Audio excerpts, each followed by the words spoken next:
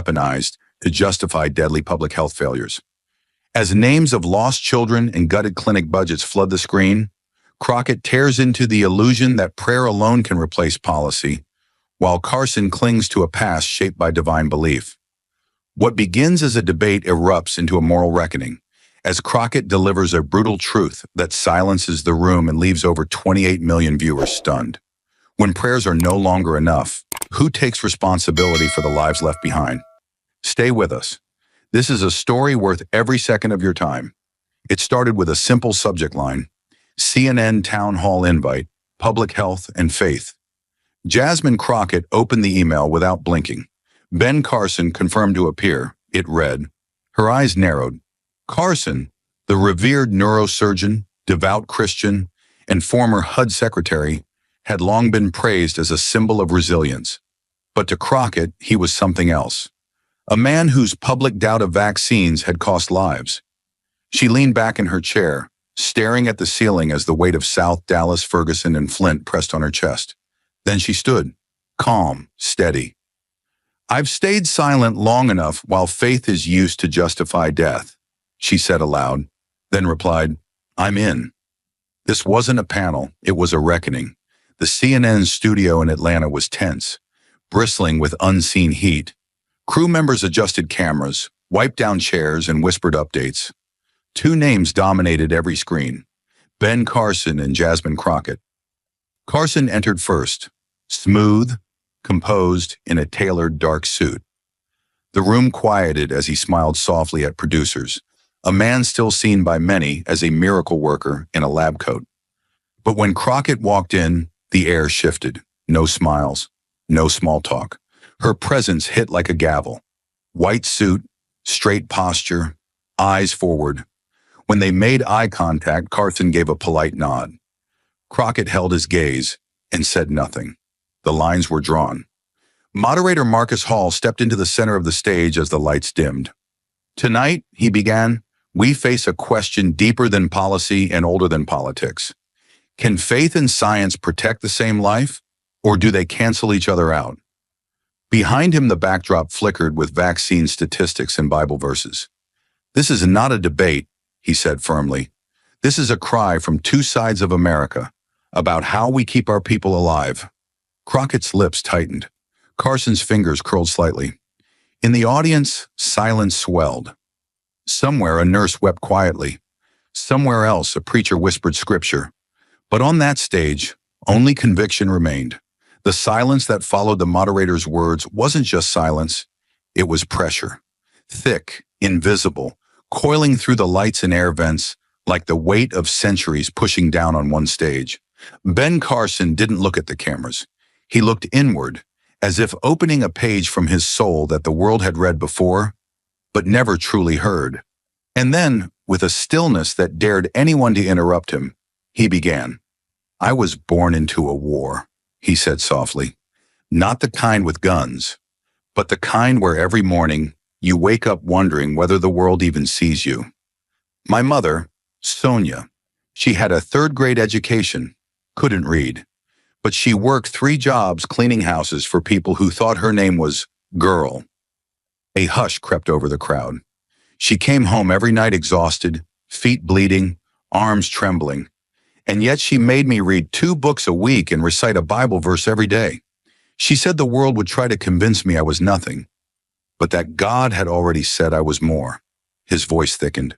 Just a breath, just enough. We were so poor. I remember eating cereal with water because we didn't have milk. I remember using duct tape to keep my shoes from falling apart at school. But every time I felt like giving up, my mother would look at me with fire in her eyes and say, God doesn't make trash. He paused, then added with reverence, and I believed her. Carson inhaled deeply. When I stood over a child on an operating table, with their skull open, their life balancing on a millimeter of tissue, I didn't just trust my training. I prayed. I said, Lord, guide my hands. Let me not be the doctor today. Let me be the instrument. And time again, the impossible became reality. His voice dropped an octave, steady and resolute. That wasn't government. That wasn't policy. That wasn't some federal program with a checkmark box. That was faith. That was God. He didn't just get me through school or through surgeries. He pulled me from hell and walked me through fire. Then came the line that landed like a stone dropped into still water. It wasn't the government that saved me. It was God. The crowd reacted instantly, half rising to their feet in applause, others nodding with hands over their hearts. A pastor in the back row whispered a fervent, "Praise him," while several audience members clutched at their necklaces, their faces lit with quiet, tearful admiration. The air was charged, not with politics, but with testimony. In that moment, Ben Carson was not a politician. He was the boy from Detroit who made it, the man who prayed, cut, and healed. But at the far end of the table, Jasmine Crockett did not move. Her expression was carved from steel, not angry, anchored. She didn't blink, didn't clap, didn't even shift in her seat. She stared at Carson with the look of someone who had watched too many funerals turn into statistics. In her mind, the applause wasn't echo. It was static. Noise that drowned out the screams of mothers who prayed just as hard and still buried their children. She heard every word. She knew its power, but she also knew what it cost to dress survival in the robes of divine exception. Crockett leaned forward ever so slightly, the white of her blazer catching the spotlight like a drawn blade. Behind her, silence was fury. Not the kind that lashes out, but the kind that waits until the room is quiet enough to hear the truth slice through like glass. Because in that instant, she wasn't facing a doctor or a survivor. She was staring down a myth that cloaked privilege in providence and called it mercy. And mercy had never visited her district. The applause for Carson's testimony had withered, but its echo still clung to the air like smoke from a sacred fire. It was the kind of silence that believed it had spoken the final word. Jasmine Crockett let it linger, let every last trace of that reverence finish its slow, solemn death. And then, without looking away from Ben Carson, she moved, not with haste, but with a surgeon's precision. She reached down, pressed a button on her tablet, and turned toward the towering digital screen behind her. No monologue, no story, just a map. A violent burst of color flooded the screen. Deep reds pooled like dried blood across a grid of neighborhoods. At first it looked abstract, even beautiful. But then the labels came into view. South Dallas, Oak Cliff, Fair Park. Names that weren't just places. They were scars. Her voice broke the silence, clear and sharp as glass. "This is South Dallas," she said. "My district." She didn't raise her voice. She didn't need to. "This map shows vaccination rates by zip code. The darker the red, the lower the rate." She pointed to a jagged red blotch that seemed to choke the center of the screen. "This neighborhood has 32 churches within a 10-block radius. 32. Her tone turned cold, clinical. "And yet it also has the single lowest rate of COVID-19 vaccination in the entire state of Texas." She turned, facing the audience now, not with accusation, but with grief wrapped in fury. "Faith is abundant here, but access is not. Resources are not. Truth is not." She tapped the screen again, and a second layer snapped into place. New data folding over the map like a second skin. Where once there was only red, now appeared dots. Small, glowing white orbs scattered like bullet holes across the same neighborhoods. "These dots," Crockett continued, "are pediatric COVID deaths over the past 2 years." Her voice thinned, barely above a whisper. "Children, Black children, children who prayed, children who were prayed over, children whose families knelt in pews and begged God for protection." She stepped forward now, each word heavier than the last. But prayers didn't carry oxygen. Prayers didn't regulate fevers. And prayers didn't deliver vaccines. The screen shifted once more. This time it wasn't maps or dots or gradients. It was faces. One by one, the portraits of 12 children emerged. School photos, birthday smiles, graduation gowns never worn. Their names were Maya, Gerald, Destiny, Taven. Crockett's voice cracked, not from emotion, but from restraint, like something more primal lurked just behind her words, waiting to tear through. They weren't forgotten. They were never seen. She let the stillness stretch, Let the faces do what numbers never could. When we tell people to rely on faith alone, when we cast science as the enemy, we do not liberate them. We sentence them. Then she turned, slowly, deliberately, back to Carson. Her gaze no longer sharp like a weapon, but wide and unflinching, like a mirror. You said God saved you, Doctor. Carson, but who saved them? The screen behind her still glowed with the fading images of lost children, soft smiles frozen in time, the light in their eyes extinguished by something more cruel than illness, abandonment masquerading as divine order. Jasmine Crockett stood in that silence like a still flame, burning slow, burning deep. She knew sorrow alone wouldn't shift minds.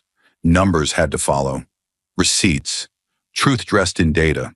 So she stepped forward again, her voice calm, deliberate, but laced with something colder. Resolve sharpened by mourning.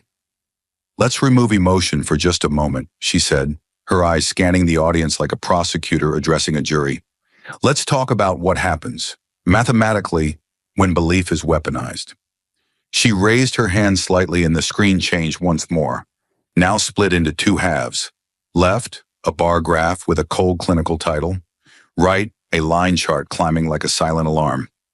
This first one, she gestured, comes from the American Journal of Public Health, March 2024. Over 2,000 participants surveyed across low-income zip codes in 6 states. And here's what they found. For every 10% increase in belief that illness is determined solely by the will of God, vaccination rates dropped by 18%. She let that figure linger. Not 2, not 5, 18. That's nearly 1 in 5 people choosing vulnerability. Not because they wanted to, but because someone told them God had already decided their fate. The second graph came alive beside it, jagged and sharp as a heartbeat monitor. This one's from a CDC longitudinal study, 18 months of data, 800 zip codes controlling for race, income, and education level. She turned slightly to the side, letting the screen speak beside her. Communities where religious fatalism, the belief that health is entirely up to divine will, was most concentrated saw higher rates of pediatric hospitalization, slower vaccine rollout, and in many cases, triple the rate of child mortality during peak COVID waves. Her voice hardened, not with anger, but with that terrible, intimate kind of grief that only rises from witnessing the aftermath. These aren't abstract trends. They're tombstones, marked not just by time and tragedy, but by the silence of leaders who knew better and chose not to speak. She took one slow step toward Carson now, gaze unwavering. So I need this room to understand. Belief on its own is not a public health strategy. Hope does not deliver vaccines. Prayer does not drive refrigerated trucks into underserved neighborhoods. Doctrine does not print funding for mobile clinics. Only policy does that. She paused, letting the silence strain against her words. Faith can elevate the soul, but policy saves the body. Then more softly, more devastatingly. And what good is a soul if we keep letting the bodies die? The words hung between them like fog. What good is a soul if we keep letting the bodies die? And for a moment, even time seemed to hesitate. Carson didn't answer immediately. He didn't blink. He let the silence thicken around him like smoke after detonation. But then, with a slow and steady inhale, he shifted forward in his chair, clasped his hands gently in front of him, and spoke. Not as a politician, not even as a surgeon, but as something closer to a preacher in a courtroom. Faith, he said, his voice low but unwavering, is not a sin. It is not a disease to be cured, nor a superstition to be shamed. His eyes moved, not to the moderator, not to Crockett, but to the audience, as if appealing directly to something ancient in their bones. What I've heard today is passion, yes, urgency, yes, but also something dangerous. The framing of belief as obstruction, as threat. His voice grew firmer. And I must tell you, that is a mistake we cannot afford. He opened his palm as if holding something invisible. I remember a little girl I operated on years ago, 8 years old, brain tumor pressing against her optic nerve. The odds were nearly impossible. Her family stayed in the waiting room and prayed all night, not because they didn't trust me, but because they needed to believe something more powerful than fear was in that room too. He paused. She survived, and when I visited her recovery room, she didn't ask for ice cream. She asked for her Bible. The room didn't erupt. It leaned in. Because Carson wasn't performing. He was bearing witness. We can and should support science, he continued. I've spent my life studying it, applying it, saving lives with it.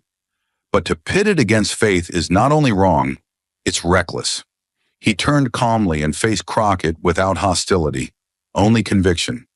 We can vaccinate our children and still believe God has a plan. We can promote public health without shoving belief into a corner like something shameful. His words landed one by one, each like a stone dropped in still water. But when we force people to choose between their deepest convictions and the state, that's not science. That's coercion. Then softer but sharper. You don't save a soul by mocking the foundation it stands on. You don't earn trust by treating belief as the enemy. There was no applause this time. Just silence. Heavy, searching.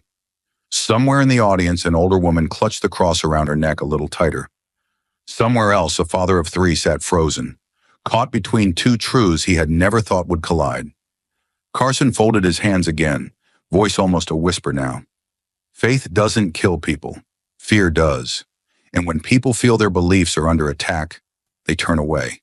Not because they're ignorant, but because they're human. He didn't raise his voice. He didn't need to. We must build bridges, not between science and faith, but between people who need both to survive. Carson's final words, we must build bridges, drifted into stillness like embers from a fire running out of breath. But Jasmine Crockett didn't move immediately.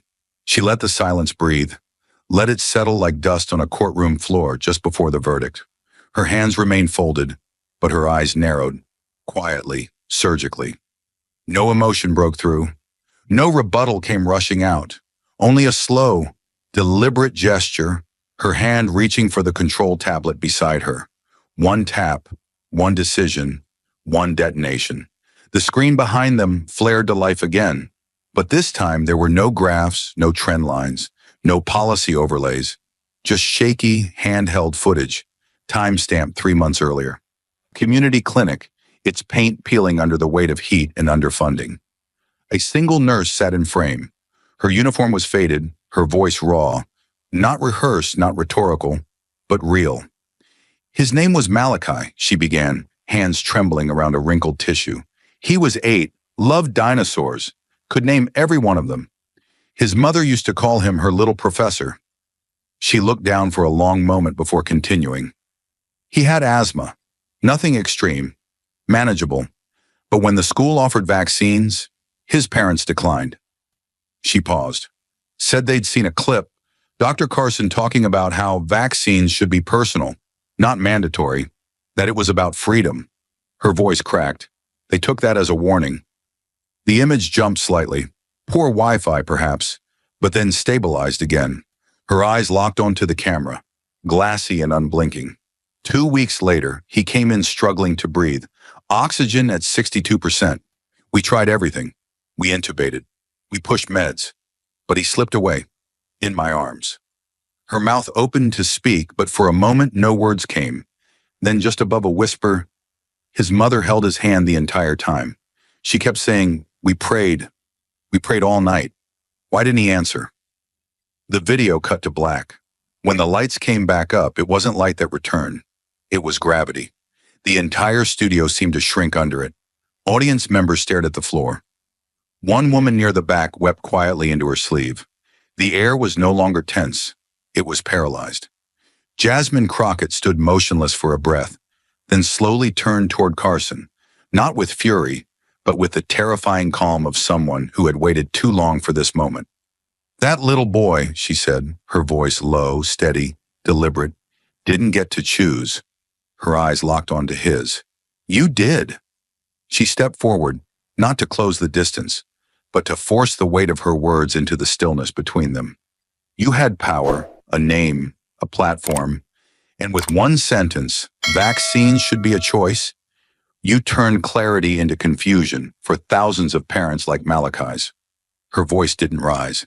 It descended, like a sentence passed. They didn't choose ignorance. They chose trust in you. She let the silence sit for several seconds, then barely above a whisper, and they buried their son for it. No one moved. Carson didn't speak, not because he didn't want to, but because there was nothing left that could be said.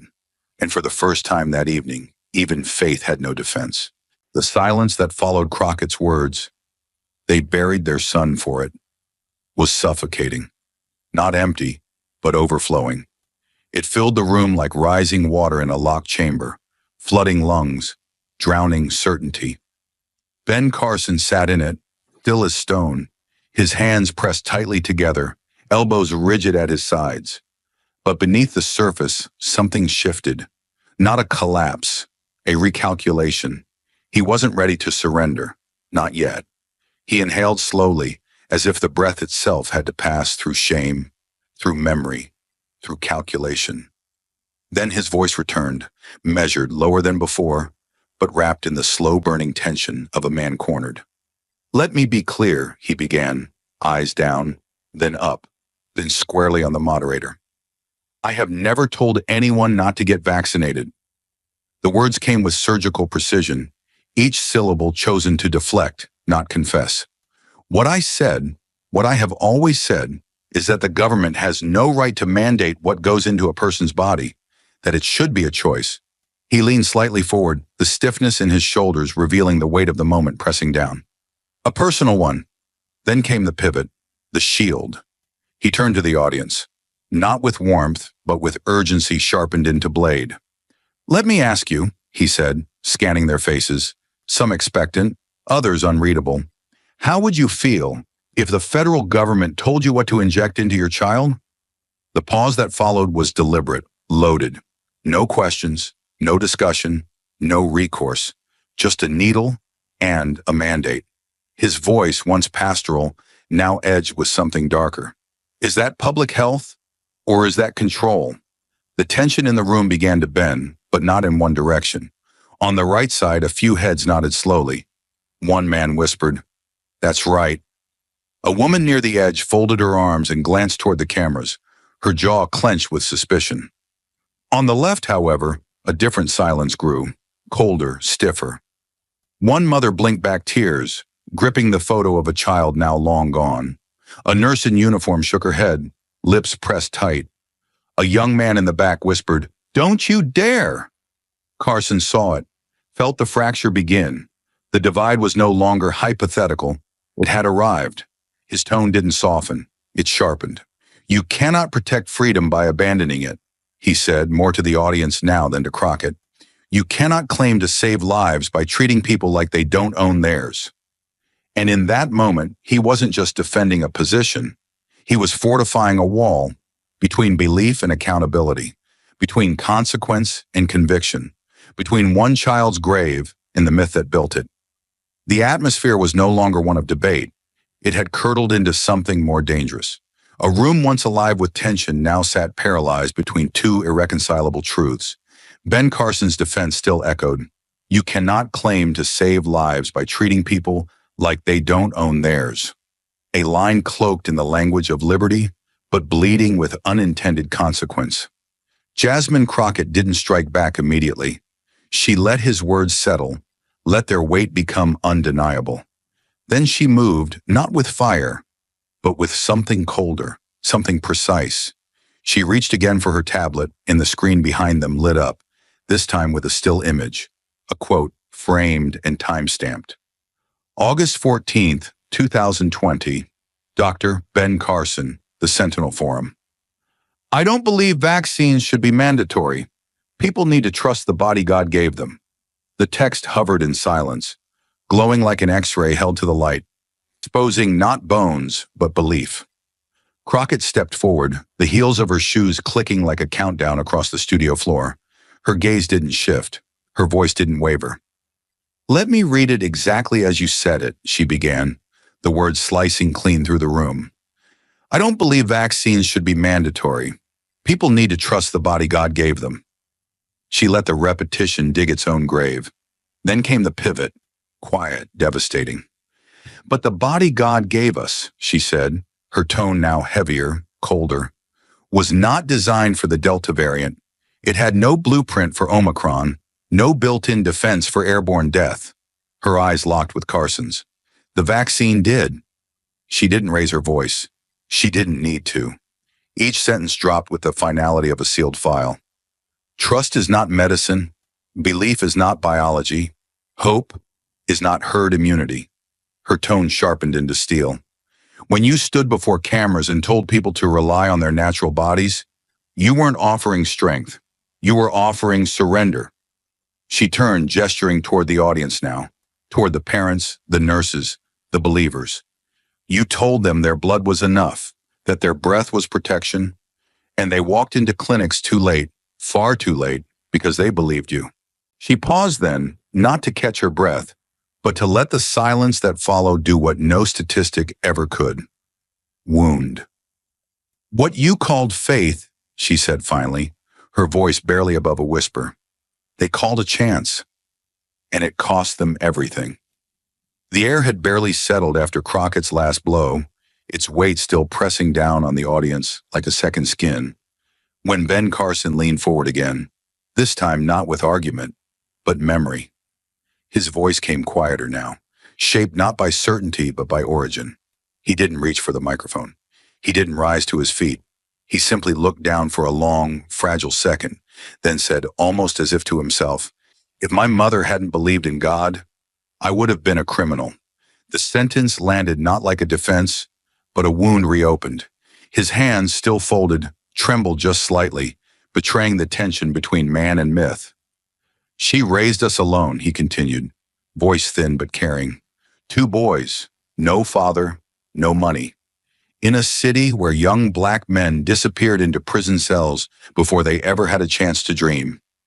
His eyes shimmered now, not for show, but from that private ache only the past can summon. "She couldn't read, but every day she made us read the Bible, made us memorize verses, made us pray, and somehow that gave me a compass, a direction. When I wanted to fight, she gave me purpose. When I wanted to quit, she gave me faith." He paused, exhaling, the silence reverent.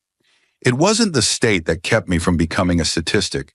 It was her belief in God, in redemption, in me."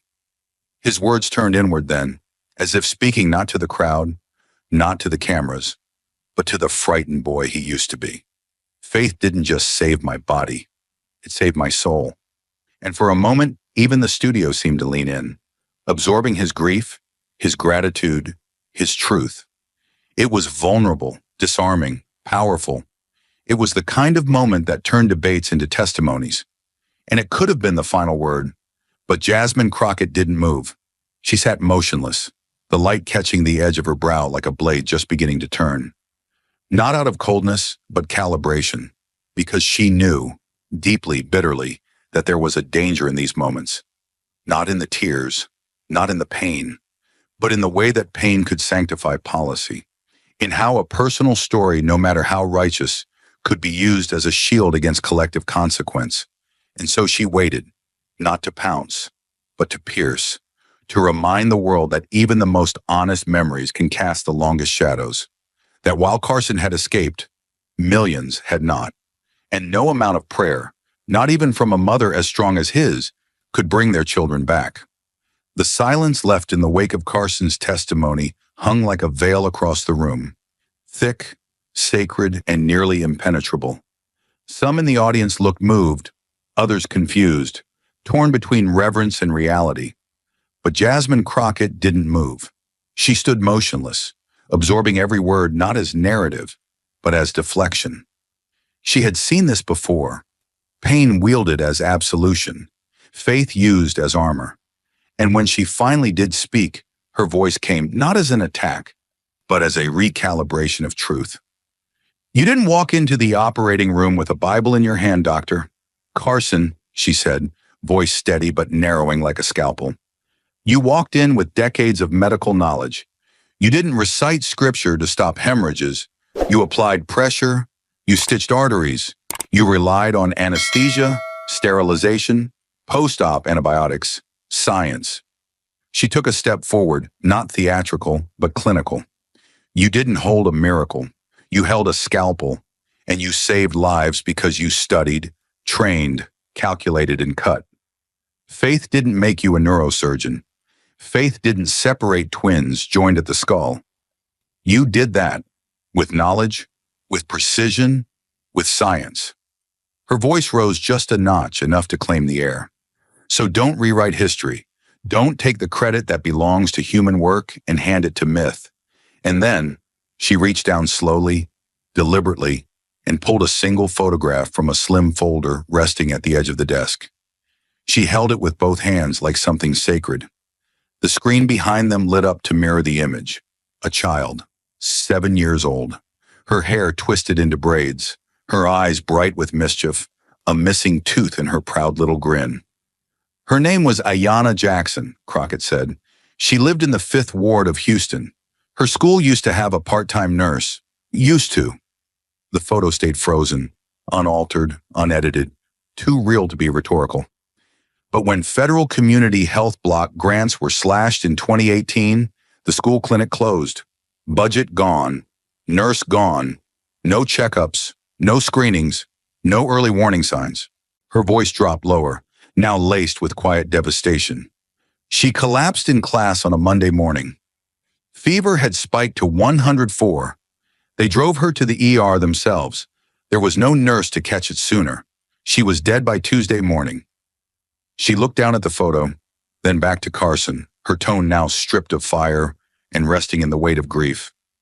The doctors said it was a preventable complication.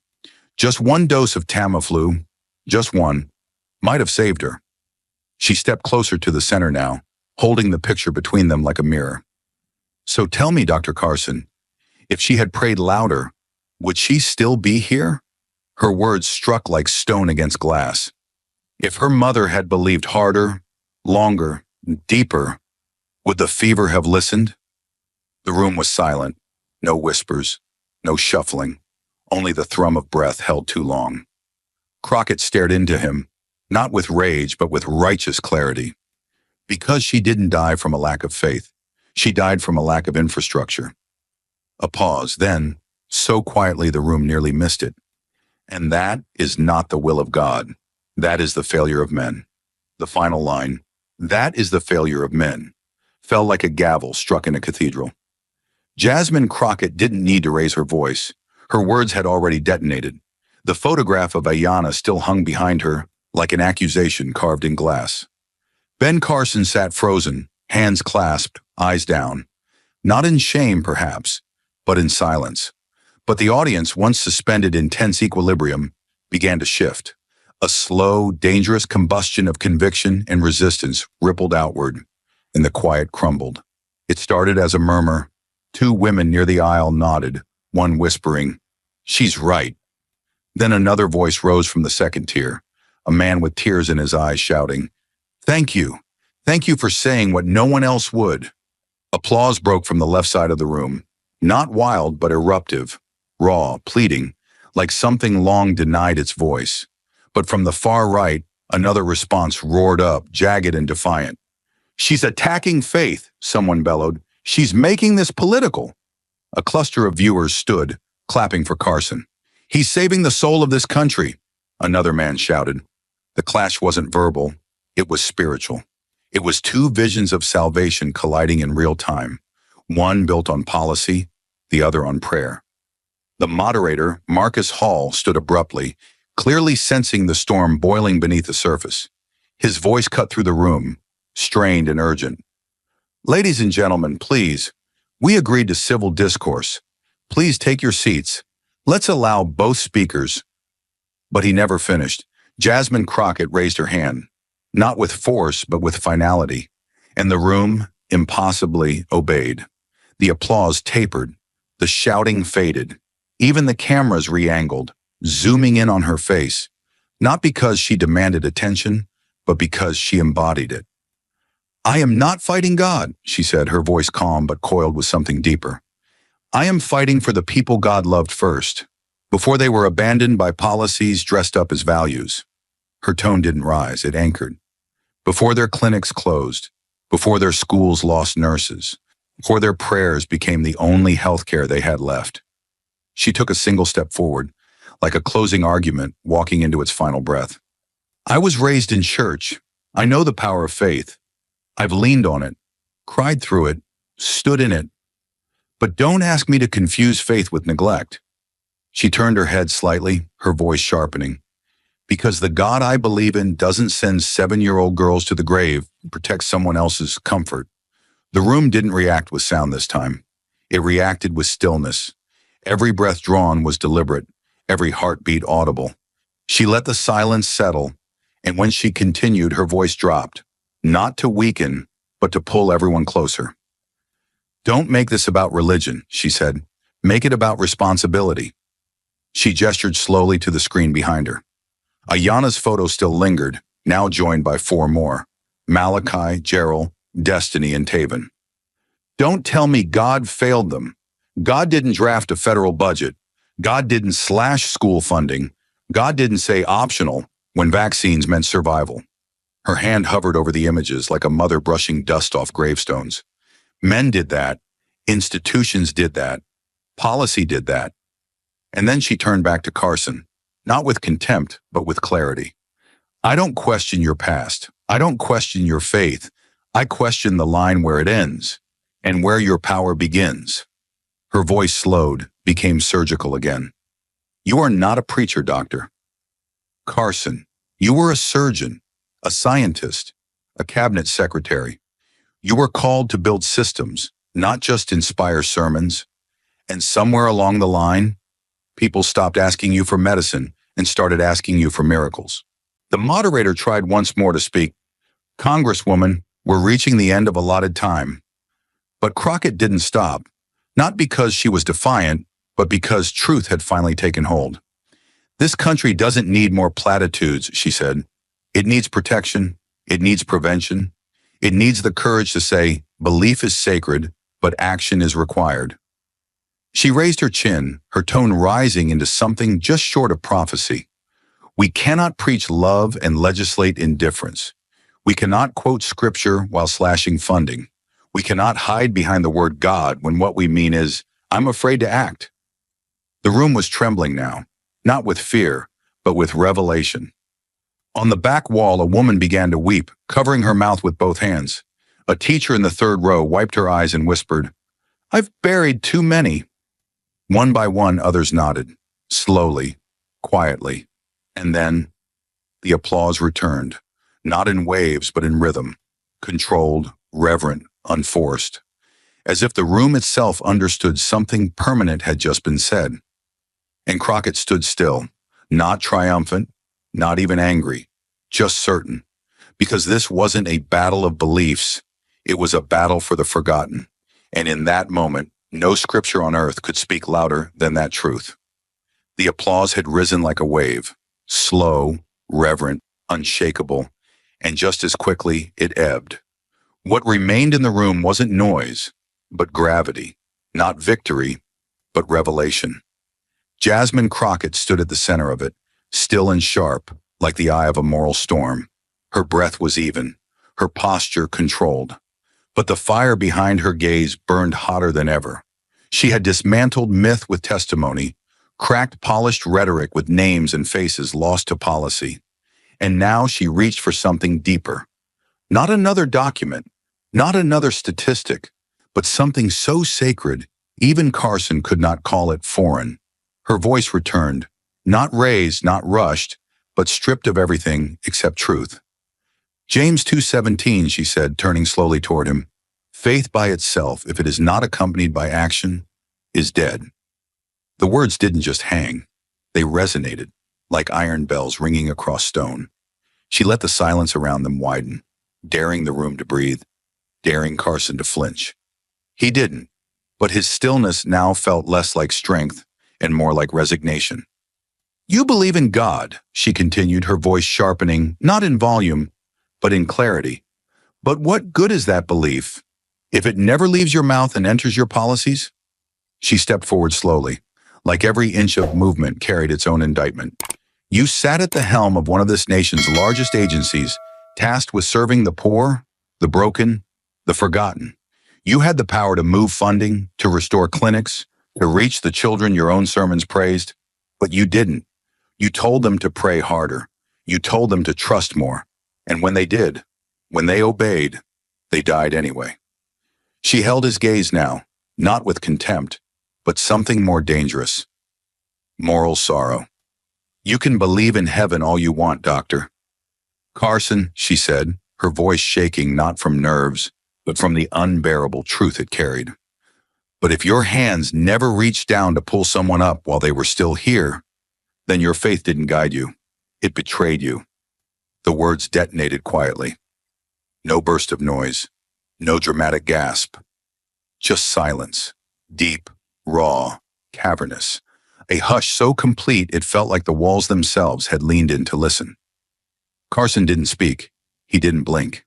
His eyes glistened just slightly, but there was no rebuttal, no retort. His hands, folded tightly on the table in front of him, remained still, gripping nothing, anchoring nothing. He had navigated his way through decades of scrutiny, survived scalpel and scandal. But this moment, this was different, because this wasn't an argument. It was a reckoning. Crockett didn't break the silence. She let it stretch, let it suffocate the air in the way only truth can. Somewhere in the audience, a man whispered, "Amen." Somewhere else, someone wept quietly into their hands. But the room as a whole remained still. The cameras did not pan. The moderator did not interject. No cue cards were shuffled. It was as if time itself had paused, unwilling to move forward until Carson did. But he didn't. Jasmine Crockett lowered her hand, the same one that had once held up the photo of Ayanna, once traced data lines across crisis maps, once pointed directly at power and dared it to blink. Now it rested calmly at her side, not out of surrender, but because the weight she had carried all night had finally been placed squarely where it belonged. And in that moment, for the second time that evening, even faith had no words. The moment the cameras stopped rolling, the silence didn't end. It metastasized. It spread across social media platforms like wildfire, fed by oxygen and grief. Jasmine Crockett hadn't just delivered a rebuttal, she had cracked open a national fault line. And within minutes of the segment's conclusion, the raw footage of her final words, "If your hands never reached down to pull someone up while they were still here, then your faith didn't guide you.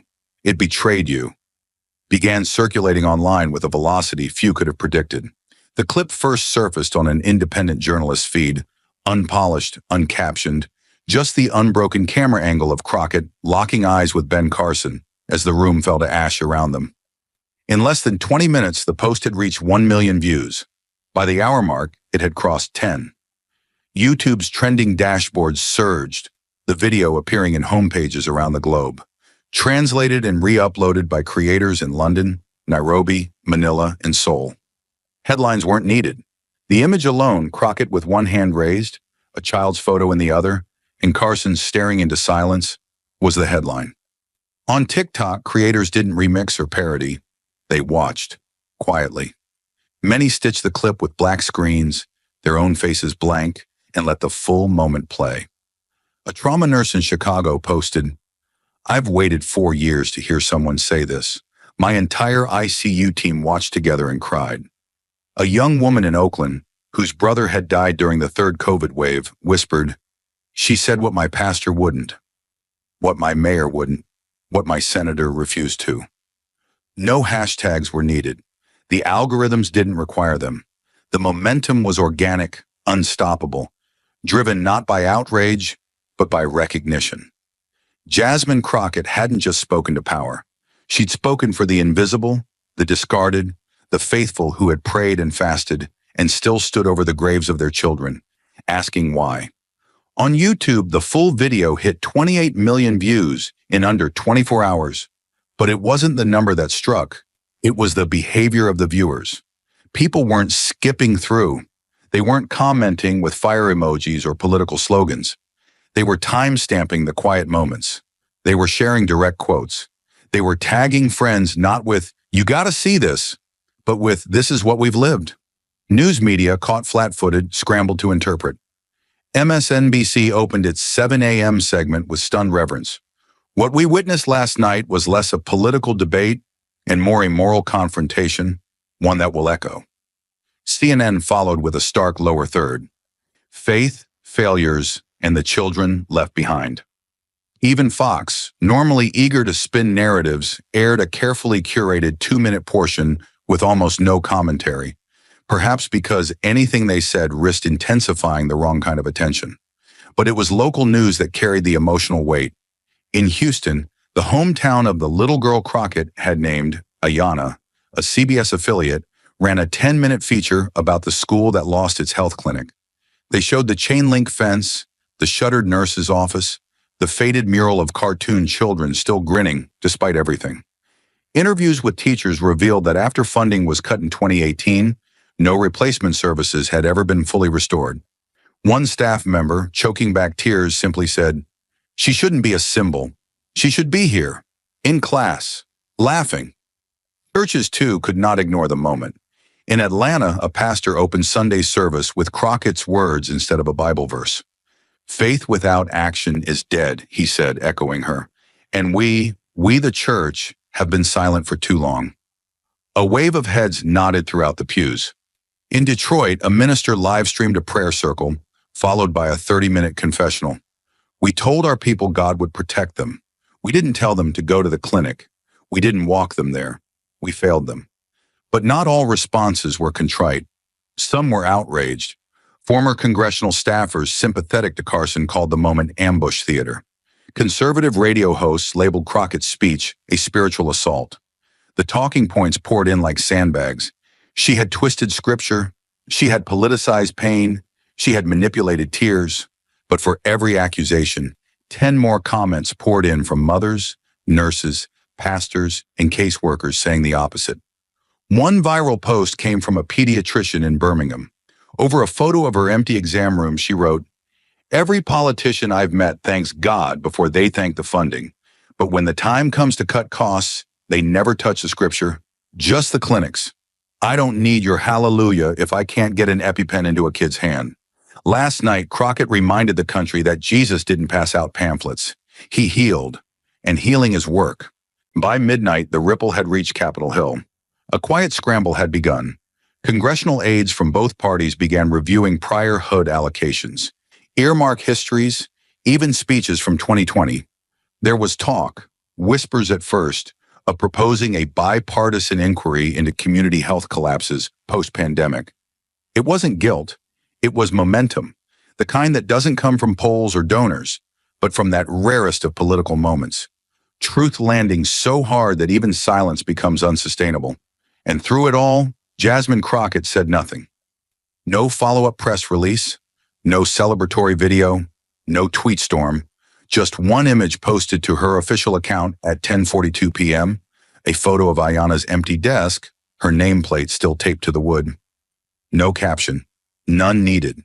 The post was shared more than 2 million times in the first night, and in the comments, people didn't argue.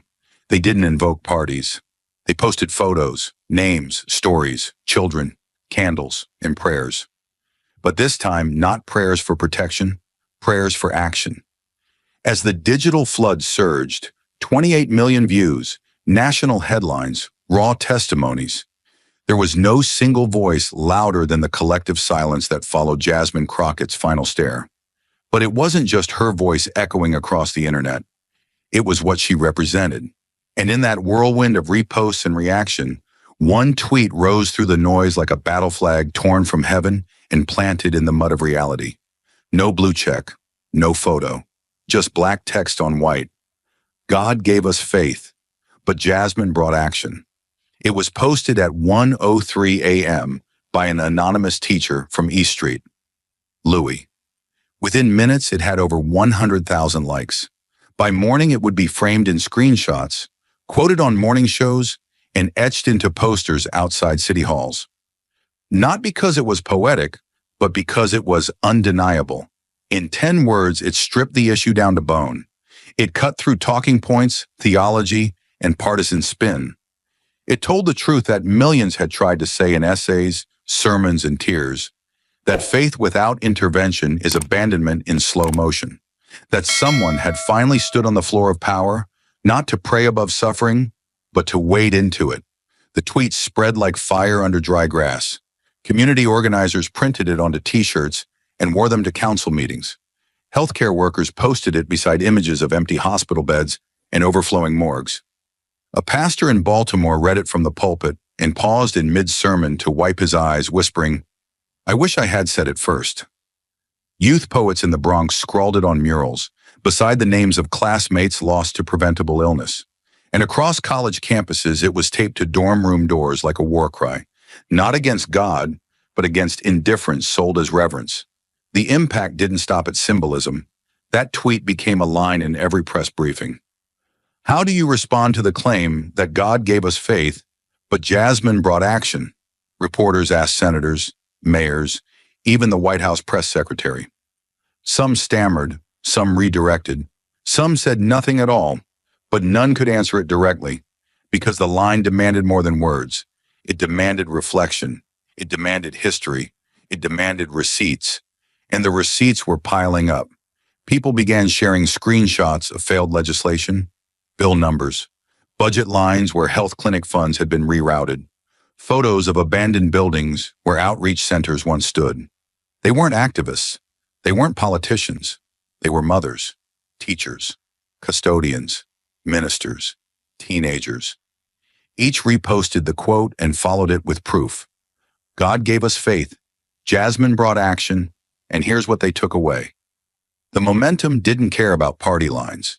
Even conservative thinkers, those brave enough to whisper doubt, began to fold the phrase into their own reflections.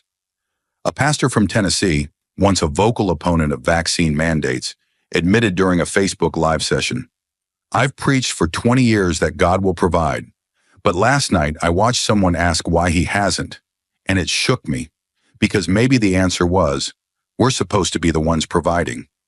Still, there was backlash. Accusations poured in from media pundits, claiming the line mocked the faithful, undermined spiritual authority. Television hosts tried to twist the quote into a rebuke. So are we saying now that action is better than faith? But the internet answered back, faster, sharper. A trauma surgeon from New Orleans reposted the clip with a single caption, "Tell that to the child coding on my table while her mother's still praying." Faith was never the enemy, but it had been used too long as an alibi for inaction. In Los Angeles, a memorial vigil was held for children who had died from untreated or preventable illnesses in the last 5 years. One wall was covered in handwritten notes. At the center, the tweet, written in gold paint on black canvas. God gave us faith. Jasmine brought action. It wasn't defiant, it was sacred. Parents touched it as they passed. A little boy traced the letters with his finger, whispering each word like a prayer. In that moment, the line wasn't just a quote, it was an indictment and a benediction, both at once. Across Capitol Hill, aides could be seen carrying printed versions of the tweet, highlighted and taped to internal memos. One senator was overheard in an elevator saying, "We're going to be asked about this at every town hall. Prepare your answer now." But there was no answer, because the line didn't ask a question. It made a demand. Live your faith or get out of the way of those who will. And yet, for all its reach, all its echo, the most powerful thing about that tweet wasn't that it caught fire. It was that no one, not even Jasmine Crockett, had to explain it. Because somewhere out there, a little girl with a fever was still sitting in a classroom with no nurse. A boy with asthma was still struggling to breathe through smog that policy allowed. A mother was still holding a Bible in one hand and a foreclosure notice in the other. And no amount of scripture could heal a wound that public neglect kept opening. That tweet told the truth the nation had tried to pray away. Faith is not enough if it never shows up when it's needed most. And Jasmine had shown up, with receipts, with names, with fire, with grief, with hands that did not tremble. Faith was never the problem, silence was. And the world knew, now more than ever, that it had run out of excuses. And as the final tweet faded into the noise of a nation reeling, there came a slower, deeper silence. Not the silence of shock, but the silence of understanding. A hush that no longer asked who won the debate or what party would spin it first. This was the silence that comes when a mirror is held too close, when we are forced not to choose sides, but to choose who we are. It was no longer about Jasmine Crockett versus Ben Carson, or faith versus science. It was about something older, something bone deep, whether compassion without courage can ever be called justice, and whether belief, left idle, becomes complicity. What emerged in the aftermath was not just a viral video or a trending quote. It was a moral recalibration. Across the country, people looked at the faces Jasmine had shown, the children, the parents, the communities discarded by bureaucratic indifference, and they began to ask a question we had long avoided. Who speaks for those whose prayers are never answered? That is the real heartbeat of this story. And in that heartbeat lies the human lesson we are too often too proud to hear, that goodness without action is performance, and faith without justice is betrayal. Because Crockett didn't stand in that chamber to wage war against God. She stood there to remind us of something divine we forgot, that hands are made for lifting, not pointing, that budgets are blueprints for values, that no prayer is louder than a policy well written. Her voice carried the pain of mothers who buried children with one hand on scripture and the other gripping a folded clinic closure notice. She spoke not for applause, but for those who had no microphone, for the child who waited for a nurse who never arrived, for the teacher who used her own money to buy inhalers, for the pastor who held too many funerals for children who should have graduated. The lesson wasn't whispered, it was thundered between the silences. It is not enough to feel. We must act. It is not enough to believe. We must intervene. And when we cloak our indifference in the language of reverence, when we use God's plan as a shield from our responsibility, we are not holy. We are cowards. The world does not need more prayer at the expense of action. It needs action driven by prayer. It needs belief that shows up in voting booths, in budget meetings, in hospital wards. Belief that doesn't end at the pulpit but begins there and then moves outward into the very policies that decide whether a child gets a flu shot or a eulogy. Jasmine Crockett reminded the country that the truest form of faith is not in words but in presence, in showing up when no one else does, in calling out the holy hypocrisy of loving God while ignoring the suffering of his children. And in that courtroom of cameras, she did what few ever have the courage to do. She looked faith in the face and said, "Live up to what you say you are." This is the lesson that must not be softened. That empathy without disruption is a lie we tell ourselves to sleep at night. That the quiet acceptance of systems that kill quietly is not peace, it's surrender. Crockett did not ask to be the conscience of the country, but when that role was abandoned by those who should have carried it, she picked it up and held it steady. And she didn't hold it with rage. She held it with evidence, with names, with numbers, with scripture, and above all with the unbearable truth that inaction is not neutral, it is violent. In the end, the lesson was not one of partisanship, but of presence. You do not need to be a believer to understand that justice, like faith, demands more than reverence. It demands risk. It demands interruption. It demands we stop asking, "What would Jesus do?" and start asking, "What are we doing to the people he died for?" The image that will remain long after the headlines fade is not of Crockett victorious or Carson silenced. It is of a child, Ayanna, smiling in a photo, never knowing she'd become a symbol of what happens when faith is used as an excuse not to act. That photo is the altar. That moment is the sermon, and the lesson is painfully, urgently clear. It is not enough to believe. We must protect. We must fight. We must build a world where no child dies waiting for God when God gave us each other. That is the gospel Jasmine Crockett preached without ever saying the word, and the world at long last listened. And when the final lesson settled, not like a whisper, but like a body lowered into ground that should never have opened, the room, the country, and the moment begged a question too urgent to ignore. Now that we've seen it, what will we do? That is where Jasmine Crockett did not falter. She did not end her reckoning with grief. She did not let silence be the last chapter. She stepped forward into the void where most turn away and demanded action. Not polite reform, not symbolic gestures, but a confrontation with power itself. She didn't call for a moment of silence. She called for a movement of noise. Her voice, no longer trembling with restraint, surged like fire-finding air. "If you're watching this and waiting for someone else to fix it," she said, "you are the reason nothing changes." The audience didn't move, but their breath did.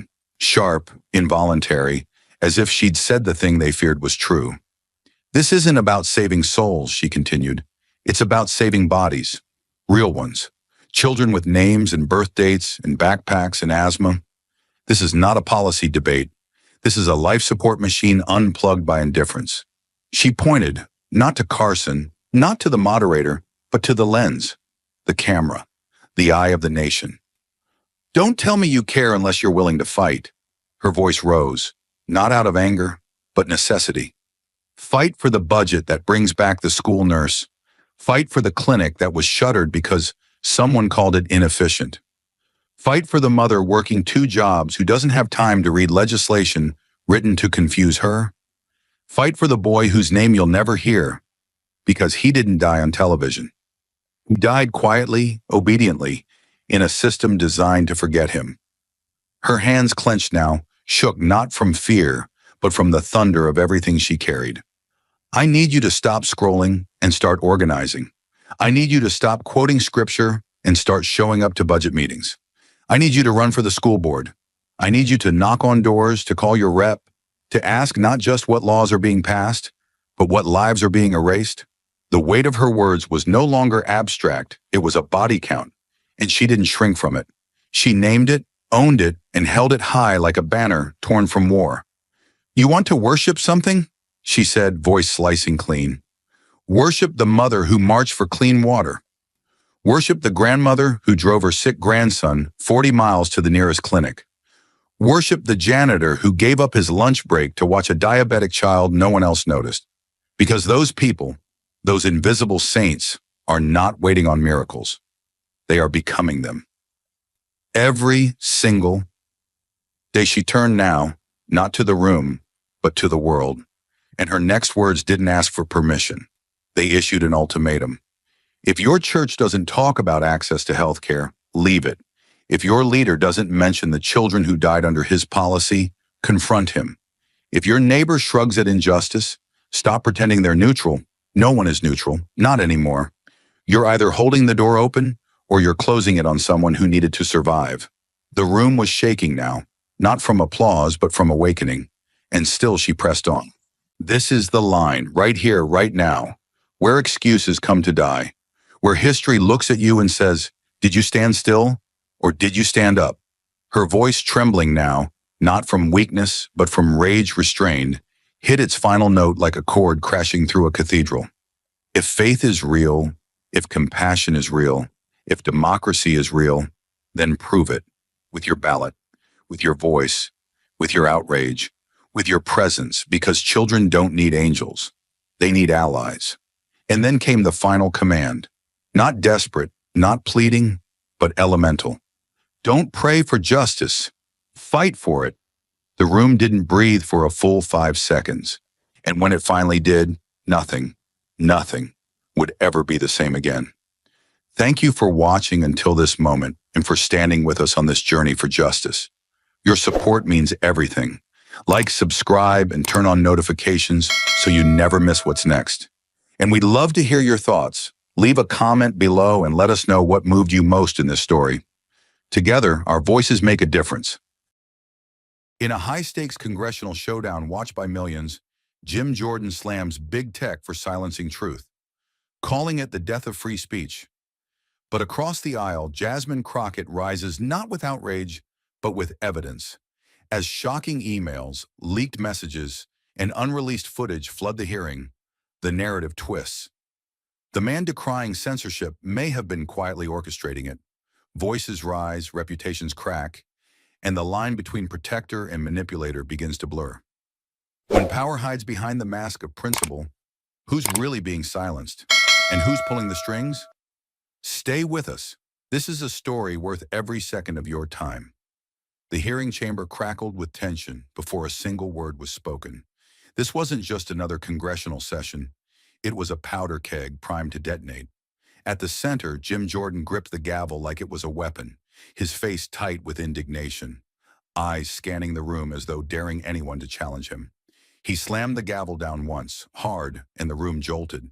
"We are living in a digital dictatorship," he declared, his voice sharp, raw, and righteous. "Americans are being silenced by algorithms, shadow banned for their beliefs, erased by tech elites with no accountability." His supporters nodded vigorously. The phrase shadow banned bounced from wall to wall like a battle cry. The hearing was officially titled "The Role of Government in Oversight of Big Tech." But Jordan made it clear. He saw himself not as a moderator, but as a soldier in a war. Behind him loomed posters showing redacted tweets and headlines like "YouTube censors, conservatives again." And seated across the aisle, silent for now, was Congresswoman Jasmine Crockett, Democrat, lawyer, and the only one in the room who wasn't flinching. She was there as the lead Democrat, the voice of the minority, but her silence for now was deliberate, calculated, and soon it would become devastating. But Jordan wasn't finished. He had come to war, not a hearing, and now his voice cut through the room like a blade slicing clean through the veneer of civility. He rose slightly from his chair, arms spread wide as if to embrace the rage simmering across the room. "Let me make this clear," he began, his tone controlled but laced with venom. "Big tech doesn't just dislike conservative voices. They erase them. Deliberately, systematically, repeatedly." He held up a stack of papers, printouts of tweets, YouTube stills, redacted posts, all circled in red ink like the evidence of a crime scene. "Here," he said, snapping a page in the air, "is a tweet by a decorated Marine veteran questioning the 2020 election process. Flagged as false information, within 20 minutes he tossed it to the side like it was already contaminated. Here," he continued, holding up another image, "is a clip from Tucker Carlson, raising concerns about mRNA side effects. YouTube removed it. Within hours he threw that one down too, as if expecting someone to catch it and recoil. This isn't moderation," he spat. "This is purging. This is ideological cleansing of the digital public square." The tension in the room thickened like fog rolling in from a battlefield.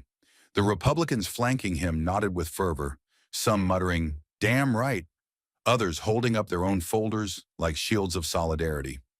Jordan was in rhythm now, each sentence sharper than the last, and with every passing second, the air around him seemed to pulse with righteous fury. "We now live in a nation," he growled, "where bureaucrats in Silicon Valley sit in judgment over the voices of our citizens, where truth is no longer a matter of evidence, but of alignment with elite consensus.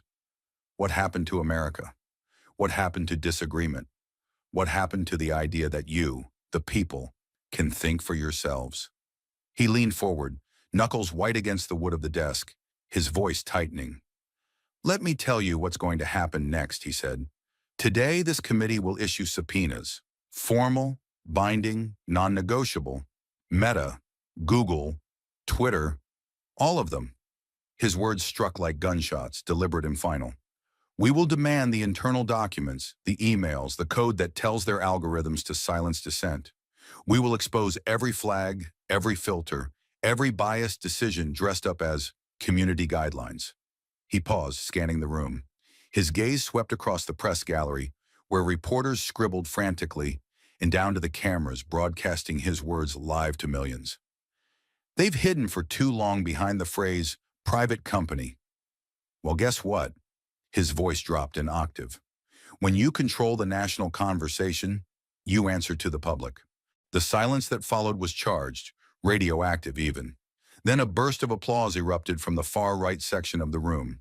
It wasn't polite or restrained. It was explosive, visceral, like a rally cry igniting beneath the marble dome. A few aides stood up. Some banged their fists on the table. And as the noise surged, the cameras pivoted again.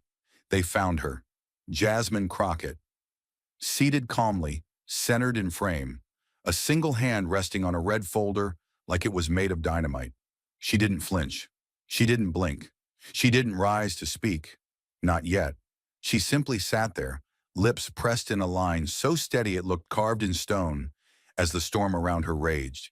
She wasn't here to match his fury. She was here to dismantle it, line by line, fact by fact.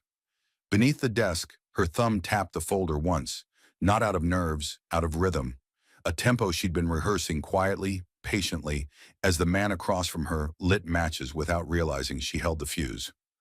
Jordan had the room, for now, but Jasmine had something far more powerful. Silence with purpose. Silence that watched. Silence that remembered. And in her silence, the echo of truth was beginning to form. Slow, steady, inevitable. The camera lingered just long enough to catch the shift, a slight narrowing of her eyes, the subtle raise of one brow, and the realization, felt more than spoken, that when she did speak, it would not be to argue. It would be to expose. And then, like the shift in air before a pressure drop, like a hush that signals a coming reckoning, she moved. Jasmine Crockett didn't raise her voice. She didn't bang the table or call for order. She simply leaned forward, her palms flat against the oak, as though steadying the very weight of the truth she was about to unload. The red folder sat open now, its contents precisely arranged, but untouched. What she needed wasn't in the paper. It was in the silence Jordan had filled with bluster. Her tone was measured, calm, but each word hit with the density of controlled detonation. "Congressman Jordan," she began, "you invoke freedom of speech like it's a shield against accountability. But freedom is not the right to say anything without consequence, especially not when what's being said is deadly." Her voice didn't waver, but it didn't soar either. It cut clean and cold. "Free speech doesn't cover shouting fire in a crowded theater," she said, "and it damn sure doesn't protect broadcasting lies that send people to emergency rooms." She paused just long enough to let the room recalibrate. No one dared interrupt. "Let's talk about facts," she continued, reaching slowly into her folder and retrieving a single page, an enlarged screenshot, time-stamped, preserved like evidence in a criminal trial. This post went viral in August 2021, claiming that ivermectin, livestock dewormer, could cure COVID-19. No citations, no science, just fear, desperation, and misinformation. She held it aloft, not like a prop, but like an indictment. And it was shared, amplified, twice, from an account you publicly endorsed. Her eyes never left his face. You gave it legitimacy. You gave it reach. And someone out there, a mother of 3 in Lubbock, Texas, believed it. She tapped the paper gently. Her name was Melissa Graves, 38 years old. No pre-existing conditions, but she trusted that post. She trusted what it represented. She trusted you. Jasmine's voice didn't tremble. It thickened, not with anger, but with restrained grief. She took the dosage the post recommended, calculated by horse weight. She began vomiting blood within hours. By the time paramedics arrived, her organs were failing. She was unconscious. She never woke up. There were no gasps, no camera clicks, just stillness, like the hearing had slipped into a different dimension, one where noise couldn't coexist with truth. Her husband, James, tried to sue the manufacturer, but the company never made those claims. The Post did. The Post that your office chose to circulate as just asking questions. Jasmine placed the page gently onto the stack, as if laying a flower at a grave, and then she dropped the line like a gavel cracking marble. "So I ask you, Congressman Jordan, do you want to protect free speech, or do you want to protect the right to lie without consequence?" Her voice didn't rise. It fell like a whisper that somehow drowned out every thought in the room. "Because there's a difference," she said, "and if you can't tell where the line is, you have no business standing on the platform that broadcasts to millions." Jordan shifted in his seat. He tried to smirk, but it landed wrong. Strained, cornered, exposed. He gave a low chuckle, dry and performative, as if to suggest her words hadn't landed. But they had. They had detonated with surgical precision. Crockett didn't react. She didn't need to. She had taken a moment that had been dominated by anger and volume and replaced it with something far more powerful, a quiet, devastating confrontation with truth. And the room, still as stone, seemed to know that the balance had shifted, permanently. The silence that followed Jasmine Crockett's question was brief, but it wasn't hollow. It was thick, heavy, like the kind of pause that hangs just before a defendant decides how much of the truth he's willing to surrender. Jim Jordan adjusted his microphone slowly, almost theatrically, as if the world needed a beat to prepare for his rebuttal. His face tightened, but not in confusion, in calculation. Then came the scoff, sharp and dry, followed by a low, dismissive chuckle that seemed designed to mock the very premise of what had just been said. He leaned forward, elbows planted, and spoke into the mic with a voice sharpened by practiced defiance. "Let me make something perfectly clear," he said, drawing each word out like it was armor being strapped into place. "I have never contacted Meta, or Twitter, or YouTube. Not to take anything down, not to silence anyone, not for political gain. Period." He glanced around the chamber, letting his eyes lock momentarily with allies who gave him small nods of reassurance, like quiet endorsements of a creed they had rehearsed. "I'm not the puppeteer behind some grand censorship scheme," he continued, hands spread wide in a gesture of clean conscience. "I'm not the one calling for bans or blacklists or content moderation protocols. I don't even like those terms." He jabbed the air with two fingers. "You want to know who's being silenced in this country?" He didn't wait for an answer. "Me." His tone dropped, like a confession spoken too close to a flame. "I'm the one who's had posts flagged. I'm the one who's had interviews demonetized. I'm the one who's been shadow banned, blackballed, and buried under algorithmic bias for speaking uncomfortable truths." His voice began to rise now, not in volume, but in intensity, like a fire slowly fed oxygen. "Every time I post something that challenges the dominant narrative, whether about COVID origins, election integrity, or radical gender ideology, it's instantly throttled, hidden, or fact-checked by anonymous third parties no one elected, no one knows, and no one can hold accountable." He shook his head, more in disbelief than anger, though the line between the two was vanishing fast. "And you dare suggest I'm the one pulling the strings? That I'm somehow directing censorship when I've been fighting to speak at all?" He leaned in, shoulders forward, voice now clipped and deliberate.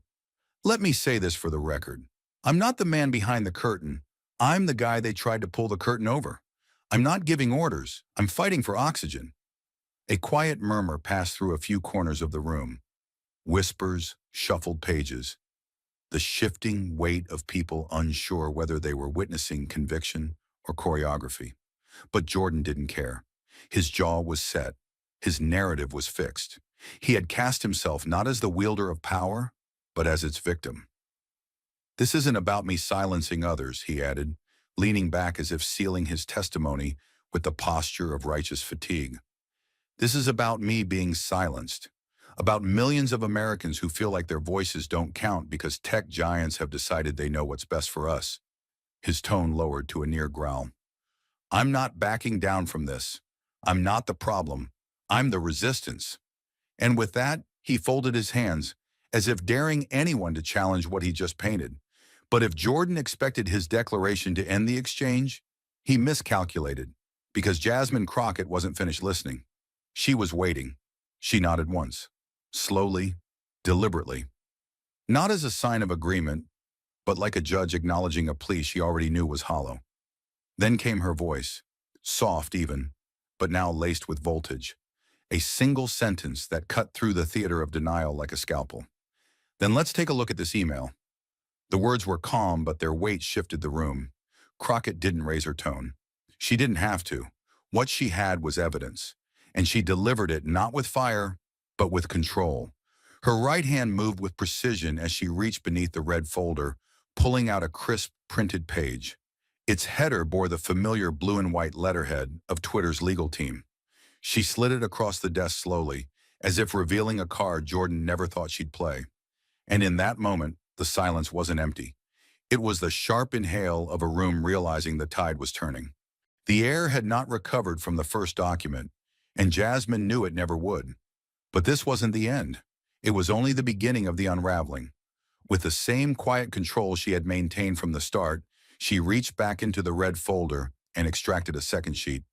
Thicker paper, congressional letterhead in crisp navy ink, the kind that carries weight not just in words but in status. She didn't hold it aloft like a trophy. She laid it flat, centered it with the same precision a surgeon gives to a scalpel, and looked up, directly at Jordan. Her voice was soft, but the silence it dropped into made it sound like thunder. "This one's personal," she said. "October 2021. You sent this yourself to a senior executive at Twitter." She let the statement breathe before continuing. "It wasn't about false science or conspiracy theories. It wasn't about national security. It was about optics, about image." Her hand tapped the paper once, specifically a post criticizing the Trump family. And in your own words, direct quote, "This kind of narrative endangers national unity. We need it gone." The room stiffened. Chairs creaked under shifting bodies. Even some on Jordan's side couldn't mask the flicker of discomfort that passed over their faces. The phrasing was unmistakable, cold, instructive, commanding. "Gone," she repeated, eyes locked on him. "Not challenged, not answered. Gone." The lights above seemed suddenly too bright, the microphones too sensitive. Jasmine's gaze didn't waver. "You weren't defending the First Amendment, Congressman. You were protecting the First Family. And you did it by leaning directly on a private platform to erase criticism." Her voice didn't rise, it tightened. "That is not the posture of someone being silenced. That is the action of someone issuing the silence." Jordan bristled, his face flushed, jaw clenching as he reached for the mic like a drowning man for a ledge. "That's a distortion," he said, tone rising with brittle urgency. "That wasn't a command. It was a concern, a national concern." His hand motioned to the document, palm open in protest. "I was warning them that kind of rhetoric, attacking a president's family during a crisis, could cause more division. That's not an order to take it down. That's a call for responsibility." The words stumbled out, each one struggling to find footing. "You're twisting it," he added, but the tension in his voice betrayed the truth. The words weren't twisting, they were his. They had his seal, his date, his signature. And across the table, Jasmine Crockett sat motionless, her fingers resting lightly on the page, the room watching not a moment of conflict, but of collapse. She had shown the one thing spin couldn't drown, a paper trail with intent, clarity, and consequence. And Jordan, for all his noise, was now arguing with ink. The silence following Jordan's protest wasn't accidental. It was earned. But Jasmine Crockett didn't allow it to linger out of mercy. She let it hang just long enough to expose the fragility beneath his words, the hollow echo of someone scrambling to separate intent from consequence. And then she moved, leaning in slightly, as if what she was about to say didn't need to travel far to hit its mark. Her voice was low, deliberate, and unwavering, the tone not of confrontation, but of finality. "You don't have to give a direct order, Congressman," she said, each word precisely measured, her gaze locked and unwavering. "Because when someone with your platform, your committee chair, your political reach sends a message like that, 'We need it gone,' it's not a request. It's pressure in its most recognizable form." Her fingers, steady and poised, rested on the email as if sealing it into the congressional record. "You know what your name means when it appears in the inbox of a corporate executive. You know what it implies, what it demands without saying it out loud." Her tone sharpened like a blade being drawn slowly across stone. "You didn't have to shout. You didn't have to threaten. Because the weight of your office did the work for you." The temperature in the room dropped, not from the air, but from the collective realization that this wasn't conjecture. It was strategy, intentional silence draped across authority. Jasmine's voice held steady as she reached for another sheet. A digital platform compliance log, time-stamped and sourced. "This post, criticizing the Trump family's use of COVID funds, was live for months without incident," she said. "But within 2 hours of your email, it was gone. Removed, not flagged, not corrected, eliminated." She laid the printout on the desk next to the first like a puzzle piece clicking into place. "And the account that posted it? Suspended. No warning, no appeal." Their entire thread vanished into algorithmic blackness. She didn't need to raise her voice. The data spoke louder than outrage. "This is not about whether the post was tasteful," she continued, her voice now colder, more refined. It's about whether someone with power can erase inconvenient voices by cloaking coercion as concern for unity. She paused not for effect, but to let the truth complete its descent. You didn't send a suggestion, Congressman. You sent a signal, and it was heard. She looked across the dais, her posture unwavering, her delivery calm but irreversible. Your words carried weight you refused to acknowledge, she said, but the timeline doesn't lie. The silence that followed your message didn't emerge by accident. It was engineered. And as the echo of her final word faded, the room sat frozen in the certainty that power had not just been exposed, but weaponized. The fallout from the documents had left the room on edge, tense, breathless. But Jasmine Crockett wasn't finished. Not with words, not with paper. What came next wasn't printed ink or legislative jargon. It was a human voice, walking in from the shadows with something far more dangerous than opinion. Lived knowledge.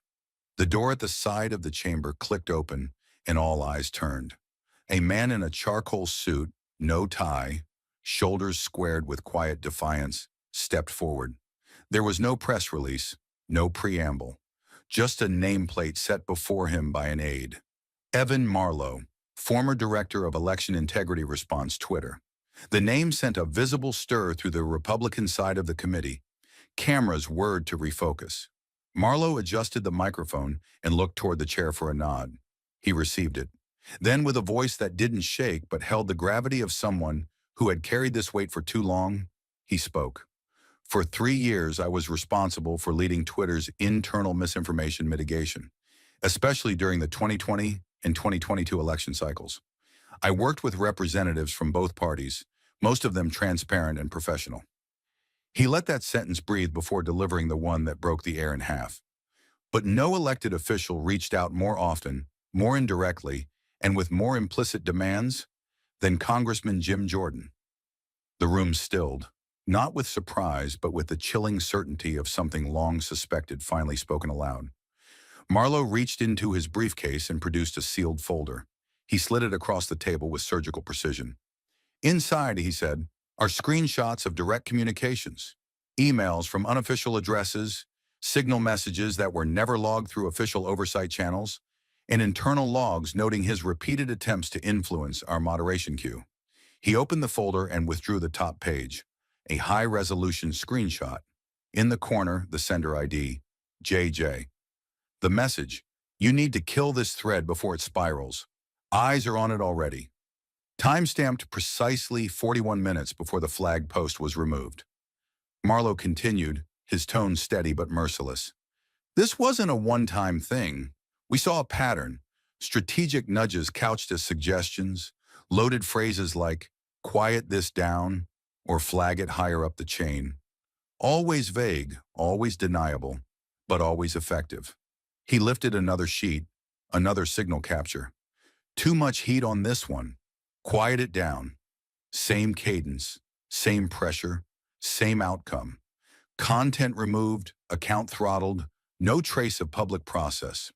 I'm submitting these messages into the record, Marlowe said, his hand never shaking, because it's time the American public understands that behind the curtain of public outrage about censorship is the quiet, precise choreography of political power, ensuring only certain truths survive. He didn't raise his voice. He didn't need to. The weight of what he said settled over the room like concrete. And for once, Jim Jordan had no line, no defense, no fire to hurl back.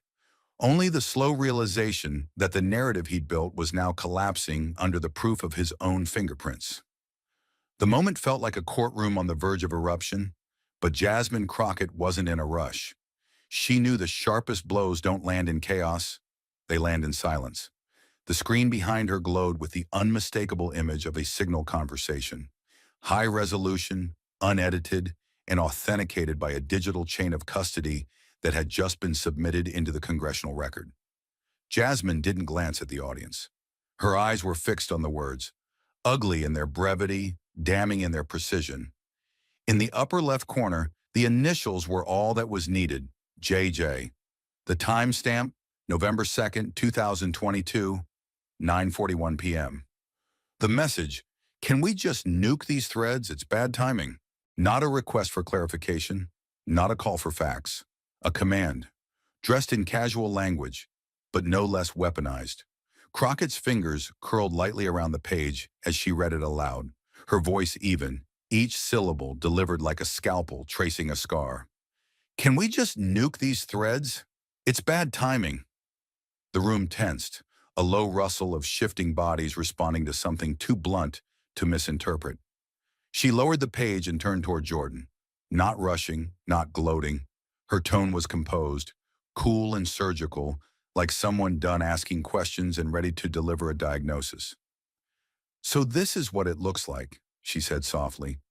This is what happens when power wraps itself in denial and still leaves fingerprints all over the trigger. Her eyes locked on his. You weren't opposing censorship, Congressman. You were orchestrating it, not to protect the public, but to protect yourself. The lights seemed to dim just slightly, or maybe it was the weight of the accusation pulling everything toward it. This wasn't about free speech, she continued, her voice growing colder, sharper. This was about silencing speech, selectively, strategically, and only when it threatened the narrative that served you. She stepped back, letting the gravity of the message root itself into the room.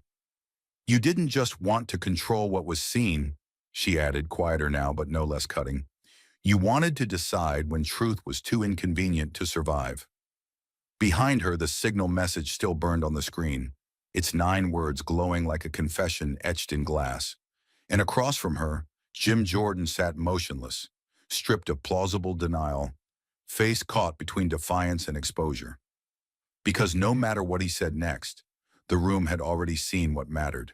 And this time, the silence belonged to her. The silence that followed Jasmine's last words was not empty. It was dense, magnetic, crushing in its stillness. It pressed on Jim Jordan's chest like a weight he hadn't prepared for. And under that pressure, something cracked. Not in the room, but in him. His composure faltered. He leaned forward too quickly, the movement jerky, uncalculated, like someone grabbing at a ledge in the dark. I don't remember those messages, he stammered, his voice no longer carrying the edge of authority, but the thrum of panic. His eyes searched the room, not with the confidence of a man trying to lead, but the desperation of one trying not to fall. Those weren't official communications, he said, louder now, almost forcing the words out. Signals encrypted. It's used by journalists, lawmakers, everyone in this room. He gestured broadly, hoping to drag others into his defense. I use it for security, for confidentiality, for privacy, and that is not a crime. The last sentence cracked under its own weight, more shouted than said, more defensive than convincing. He straightened slightly, eyes darting toward the chairman, hoping for a procedural interruption that never came.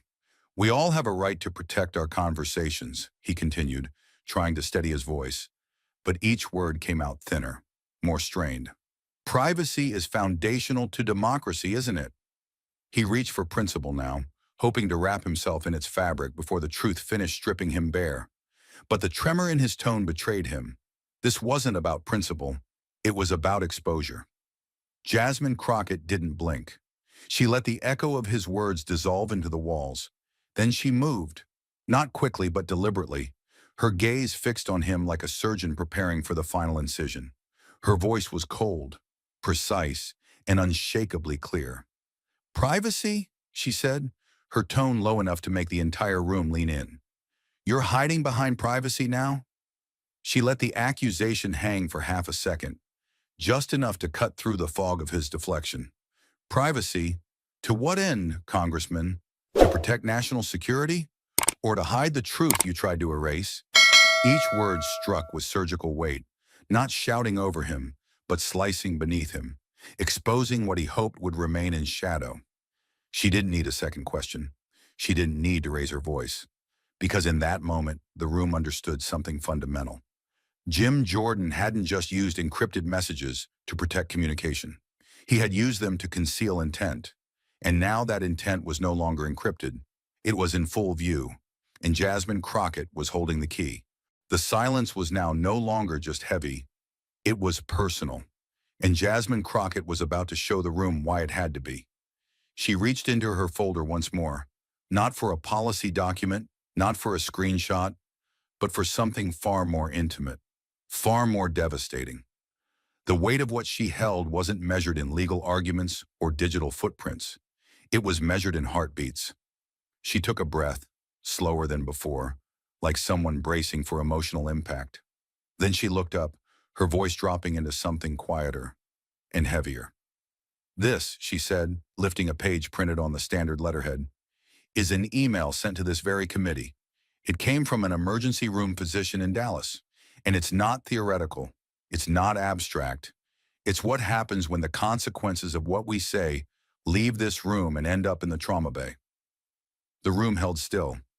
Jasmine blinked once, then read, "I lost a patient this week." She paused.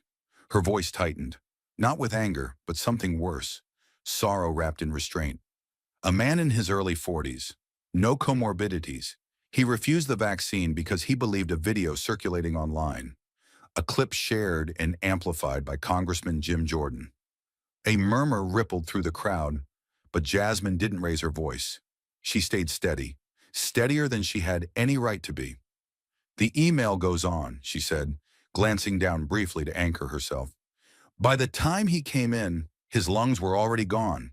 His wife said he wouldn't listen to anyone, not even her, because the congressman's clip said natural immunity was better and that the vaccine might kill him."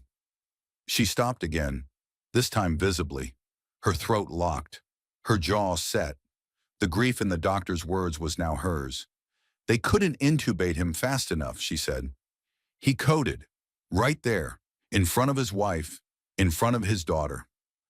There was no outrage in her voice now, just something stripped of political theater, something raw.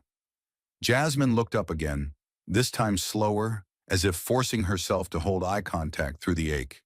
"He's not here to testify," she said. "He's not here to talk about free speech, or platforms, or the First Amendment, because he's dead." Her fingers clenched the edge of the paper now, knuckles pale, holding it like a flag folded after a funeral. "And the lie that killed him didn't come from the dark web. It didn't come from a Russian bot. It came from here, from someone who holds power, who commands attention. Who knew better?" Jordan didn't move, didn't speak.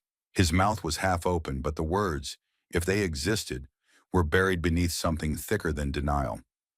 For a long, terrible second, the chamber just existed. No one shifted, no one interrupted. It wasn't a political debate anymore. It was a post-mortem. Then Jasmine spoke again, just once more. But when she did, her voice cracked, not out of weakness, but because she allowed it to. "You can call that freedom if you want," she said, eyes still locked on Jordan. "But I call it something else." She swallowed hard, barely getting the last two words out. "I call it complicity." The word landed like a closing door in a hospital hallway. Software final. Inescapable. Jasmine stepped back slightly, still holding the email, her breath tight, her eyes full. She didn't need applause. She didn't need agreement. She just needed the truth. This truth to be seen, felt, and remembered. And now it was. Not as a headline, not as a hashtag, but as a story no one could unhear. A life lost, a lie believed, and a man in power who had every chance to tell the truth and chose not to. The weight of Jasmine Crockett's final words still hung in the air like smoke after a detonation. Complicity. A word that did not shout, but whispered with the power of judgment. The chamber was still recovering when the next wave hit. A digital technician seated near the clerk's bench quietly handed over a flash drive. Unannounced, unassuming, but unmistakably important. Jasmine didn't even look at it as it was inserted into the hearing system. She already knew what it contained. On the central screen above the dais, the display flickered once, and then came to life with footage never before seen by the public. The room, already tense, leaned in collectively, eyes narrowing, posture sharpening. And then the audio began. It was grainy but clear enough. A recorded phone call between Congressman Jim Jordan and a senior executive at a national news outlet.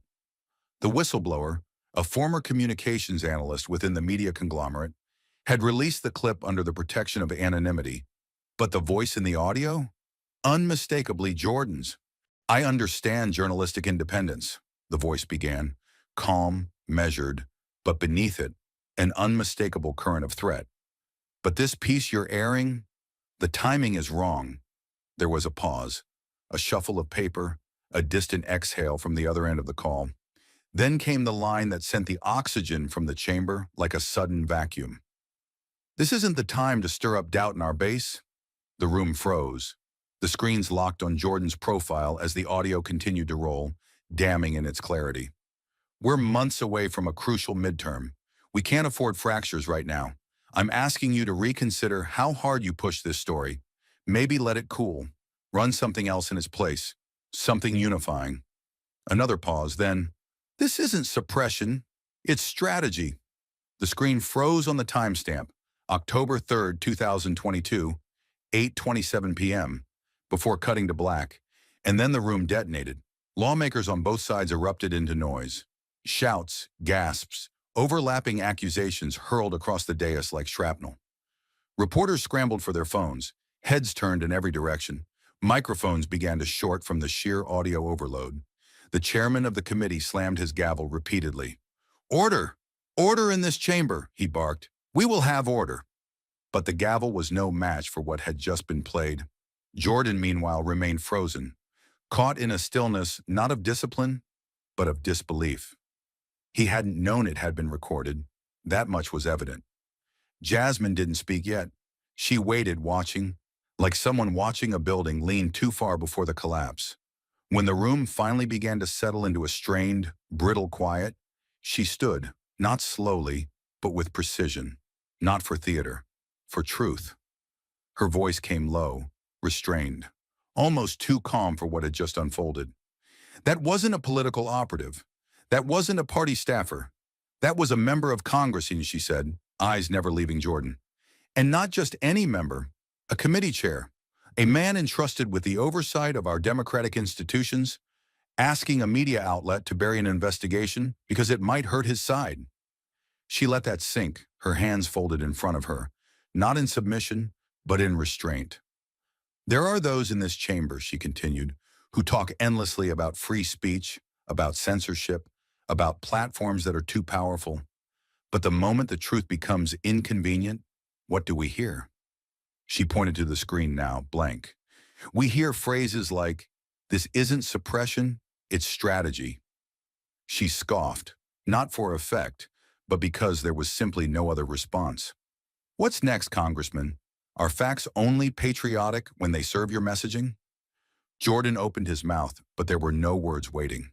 His team huddled behind him, frantically flipping through folders, whispering strategies that no longer mattered. The room had heard him, his voice, his plea, not to correct misinformation, not to defend democracy, but to silence a story, strategically. Jasmine's voice turned colder now, like a scalpel freshly honed. "Do you want to know what makes this worse than hypocrisy?" she asked, her voice steady. "It's not that you tried to kill the truth. It's that you did it while branding yourself as the victim. You stood before this country, week after week, and told the American people that you were being silenced, that your voice was under attack." She paused only for a breath, but it hit like a thunderclap.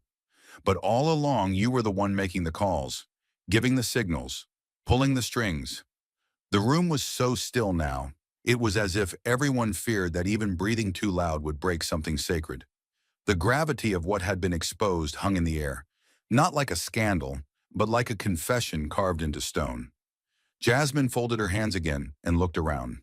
Not at the press, not at her fellow lawmakers, but at the people watching from home.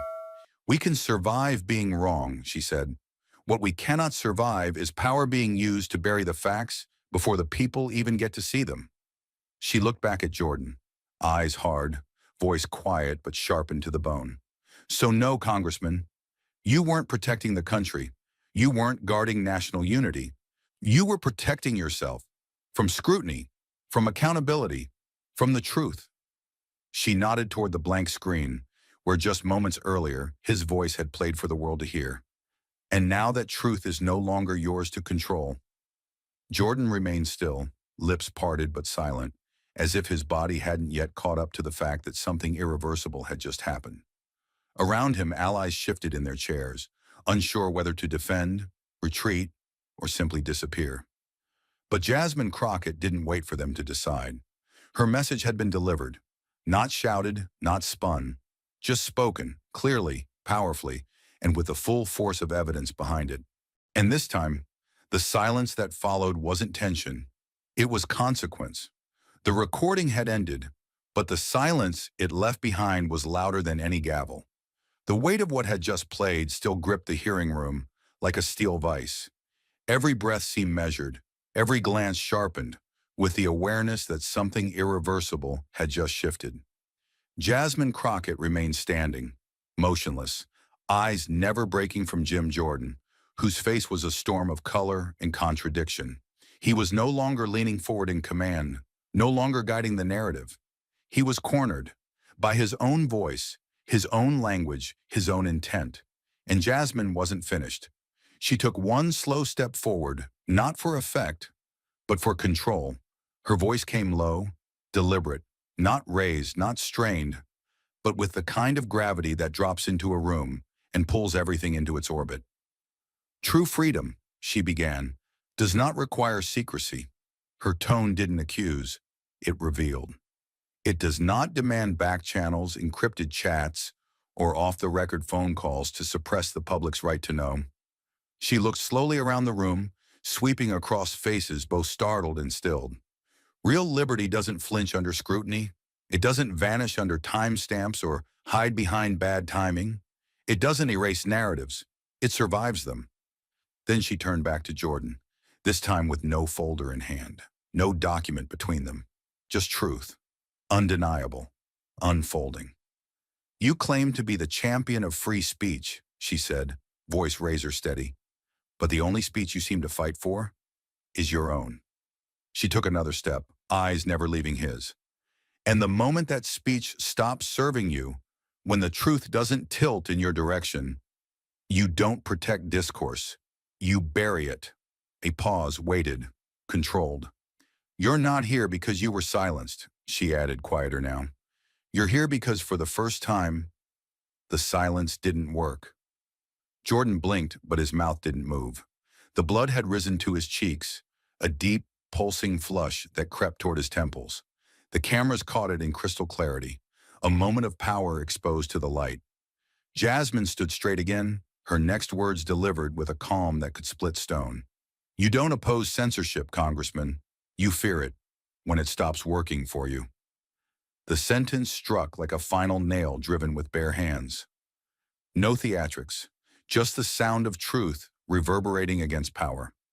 She looked to the chairman, then to the committee at large, her tone shifting, not to rage but to procedure. And somehow that made it more devastating. Given the documented communications, the direct attempts to manipulate news coverage, and the abuse of personal influence over public platforms, she said clearly, "I formally propose the opening of an ethics investigation into Congressman Jordan's use of office to interfere with the independence of private media and public discourse." The chamber didn't erupt. It recoiled, quietly, like an animal that had just seen the shape of its predator too late. Murmurs fluttered, but no one shouted. No one laughed. The suggestion was too grounded, too supported, too real to dismiss. At the far end of the table, the chairman glanced down at his docket, but the cameras were no longer focused on him. They had found Jordan. The lens slowly zoomed inward, tight, unflinching, unsparing, as the congressman's face turned deeper shades of crimson. His jaw clenched. A bead of sweat had formed just beneath his right temple. He reached for a pen, then put it down. Reached again, put it down again. He wasn't under attack. He was under exposure. And no amount of partisan noise could muffle what had just been carved into the record. Jasmine remained still. She didn't smile. She didn't speak. She had said what she came to say, and what she said had pulled the mask clean off a man who had spent years building it, thread by thread. Now it was gone, and in its place was a silence far louder than applause. Because some victories don't need celebration. They just need to be heard. The chamber was still reeling from Jasmine Crockett's final blow. Her call for a formal ethics investigation had shifted the hearing from heated to historic. But outside the Capitol walls, another fire had already ignited, and it was spreading fast. The moment the footage of Jordan's phone call hit live broadcasts, the media machines responded with a speed that suggested they'd been waiting. Within minutes, major outlets began publishing what they had held back: documents, emails, internal memos. A dam of silence finally broken by the force of exposure. The first to strike was a piece from the Washington Post, headlined, "Pattern of Pressure, Jordan's Quiet Campaign to Control Conservative Media." Beneath it, screenshots emerged from 2021 emails to Fox News producers. Emails that bore the unmistakable tone of directive wrapped in suggestion. One line stood out like a siren. "That segment on vaccine safety, it's too alarmist. Can we find someone to refocus the angle?" Another, dated just days before a primetime special was mysteriously shelved, read, "We need to be careful not to fracture the base with unnecessary fear." It didn't stop there. CNN broke a concurrent report citing anonymous Fox staffers who recalled private phone calls from Jordan's office, warning them to tread carefully on segments that painted the Trump administration's pandemic response in a poor light. The irony was suffocating. The man who had spent years crying foul over alleged left-wing media censorship had, behind closed doors, played the role of editor-in-chief, not with facts, but with fear. And now that role was being replayed on every screen in America. NBC News aired a whistleblower audio clip, separate from the one introduced in the hearing, featuring a Fox News senior producer summarizing Jordan's tone in one of those calls. He didn't threaten, but the implication was clear. If we didn't ease off, we'd be hearing about it from every corner of the house. The clip ended with silence, not because there was nothing more to say, but because the point had been made. Jordan hadn't needed to control every word. He just had to create doubt about which words were safe. By the end of the afternoon, MSNBC and Reuters had joined in, publishing overlapping timelines that linked the sudden removal of several Fox News digital stories to the hours immediately following Jordan's off-the-record conversations. One particular expose focused on a deeply reported piece about government stockpiling of ventilators, which had been ready for release, and then abruptly shelved. The producer involved had reportedly received a call marked JJ Cell. The call lasted 4 minutes. The story was never published. Back inside the chamber, staffers were now being handed real-time updates from the outside world. Phones lit up with notifications like battlefield reports. Members of the press gallery were openly typing with trembling fingers, whispering to each other as the dam burst across their newsrooms. A Huffington Post headline blared, "The voice of censorship wasn't Silicon Valley.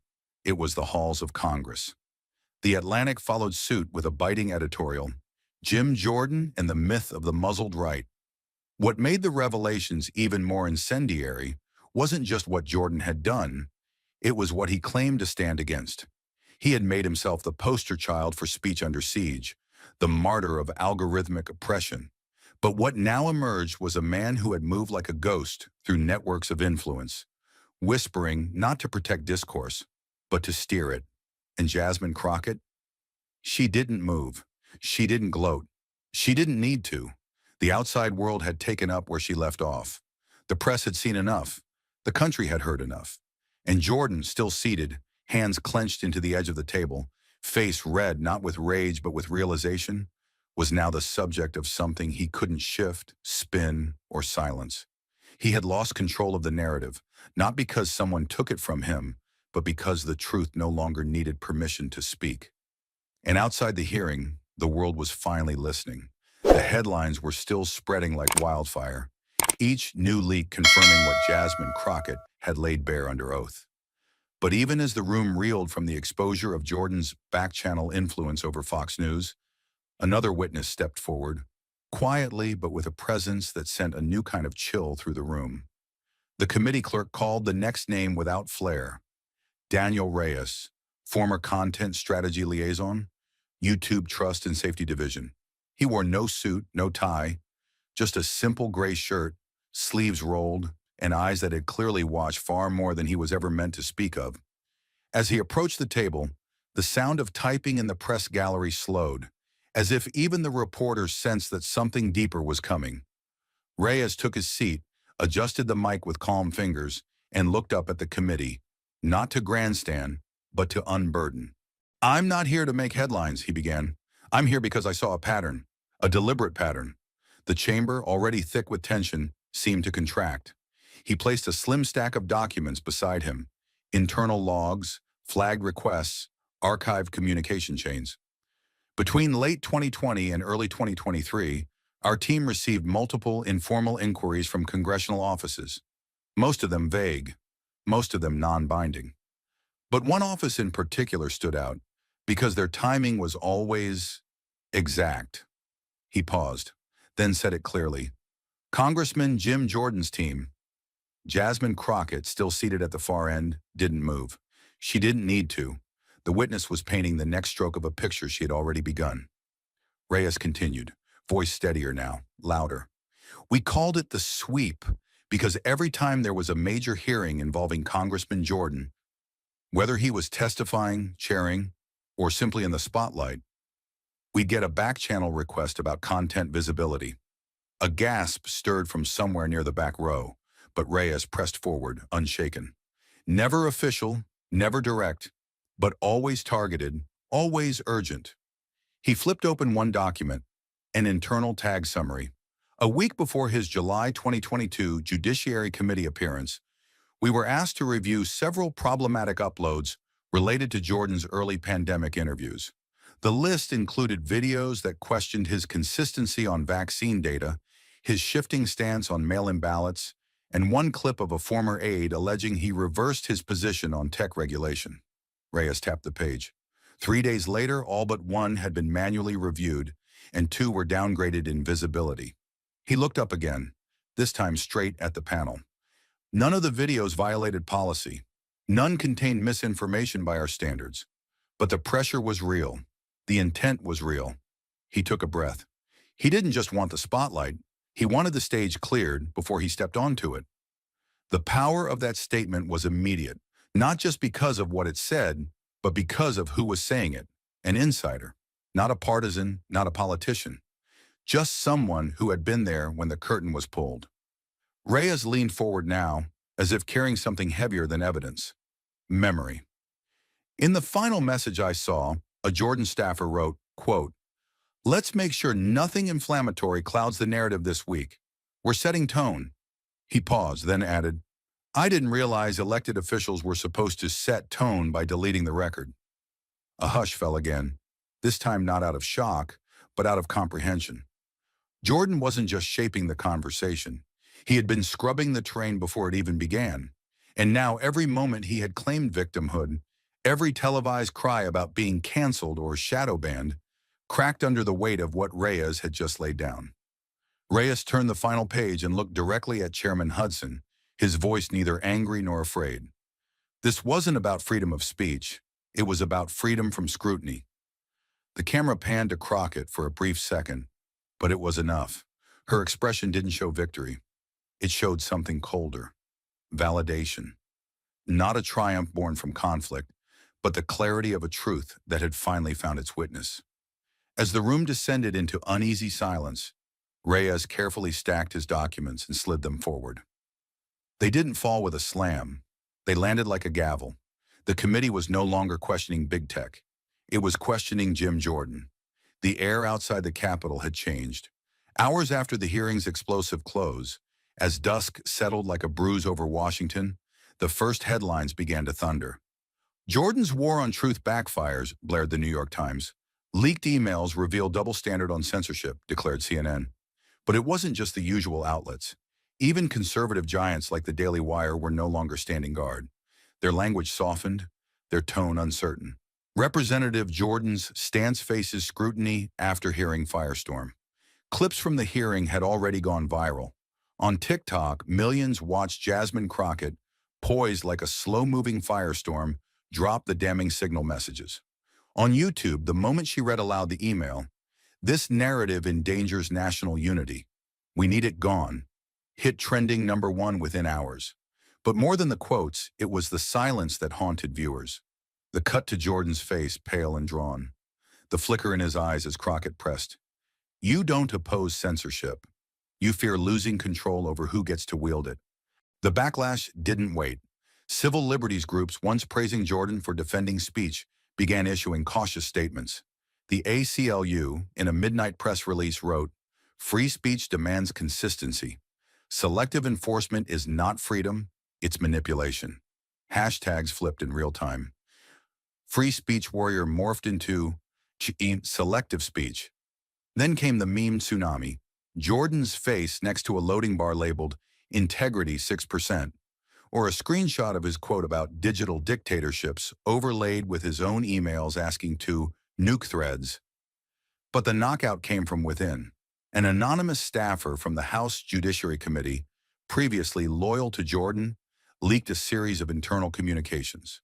In one, Jordan complained privately that allowing Crockett to speak uncut and unchallenged would invite chaos.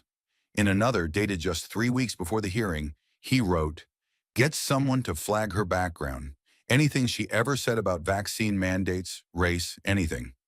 I want her credibility in pieces before she opens her mouth." The email was titled Containment Strategy. The hypocrisy hit like a slap. On MSNBC, Rachel Maddow opened with a cold smile. So the man screaming about censorship had an actual containment strategy for a sitting congresswoman. How ironic. How American. Over on Fox News, even Laura Ingraham shifted. She didn't defend Jordan. She changed the subject. Tucker Carlson was silent altogether. But it wasn't just the pundits. It was the people. In Ohio, Jordan's home state, college students at Ohio State marched with signs reading, "You can't censor truth," and "End algorithm manipulation.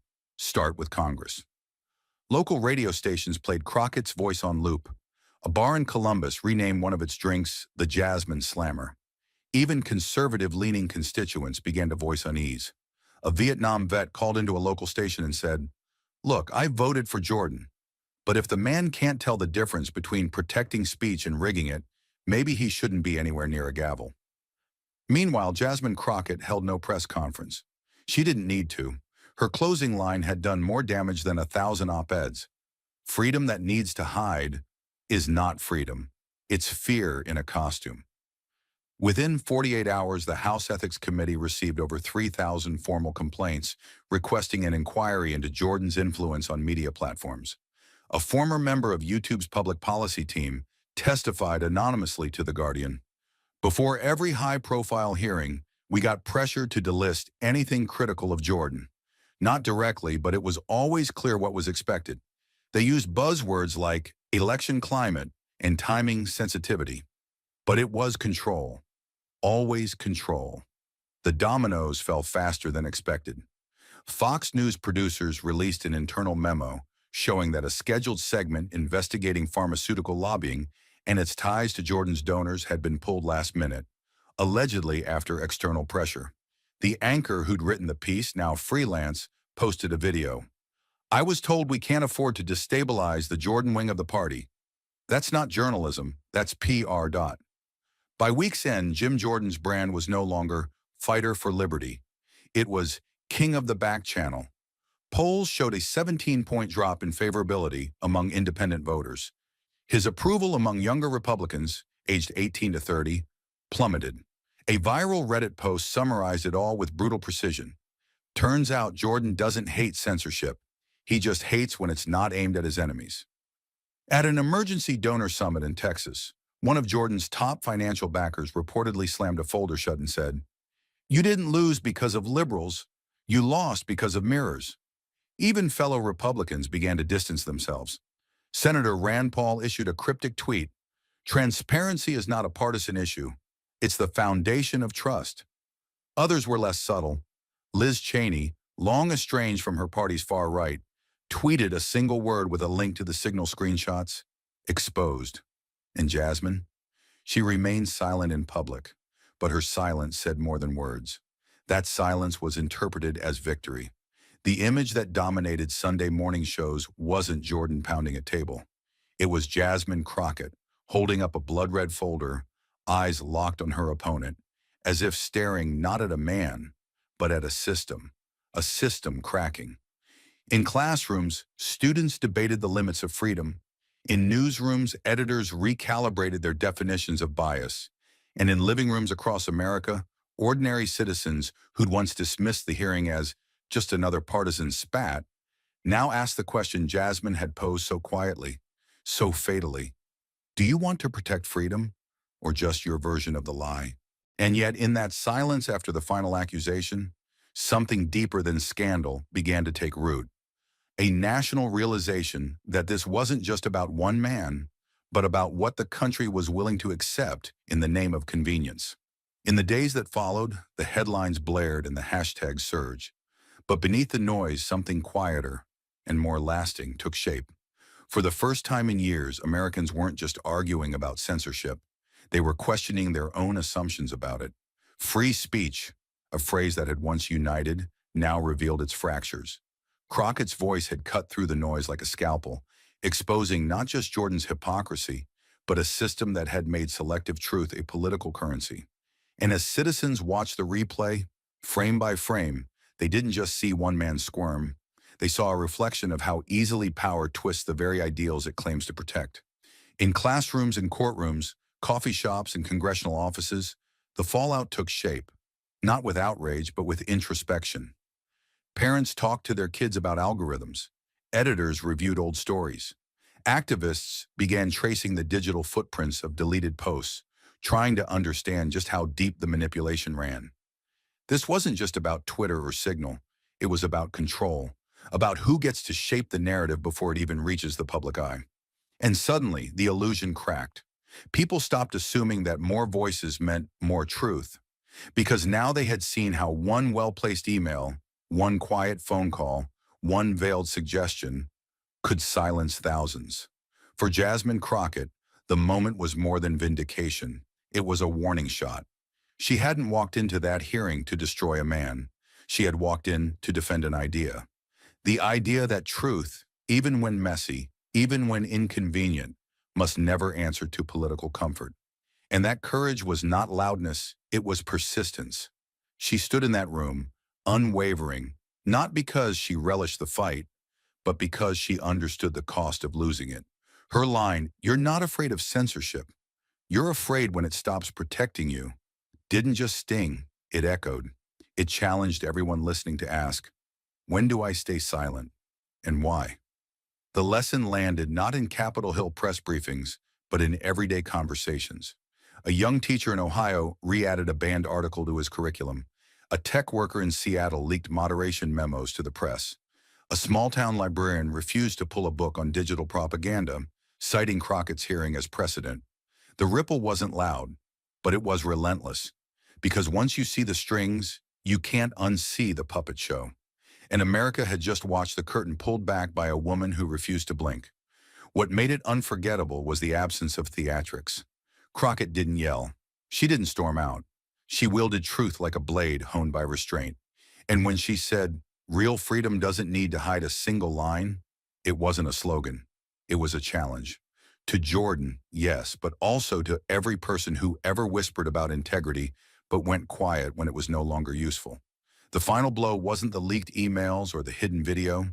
It was the realization that the man screaming about being silenced had spent years deciding who else should never be heard.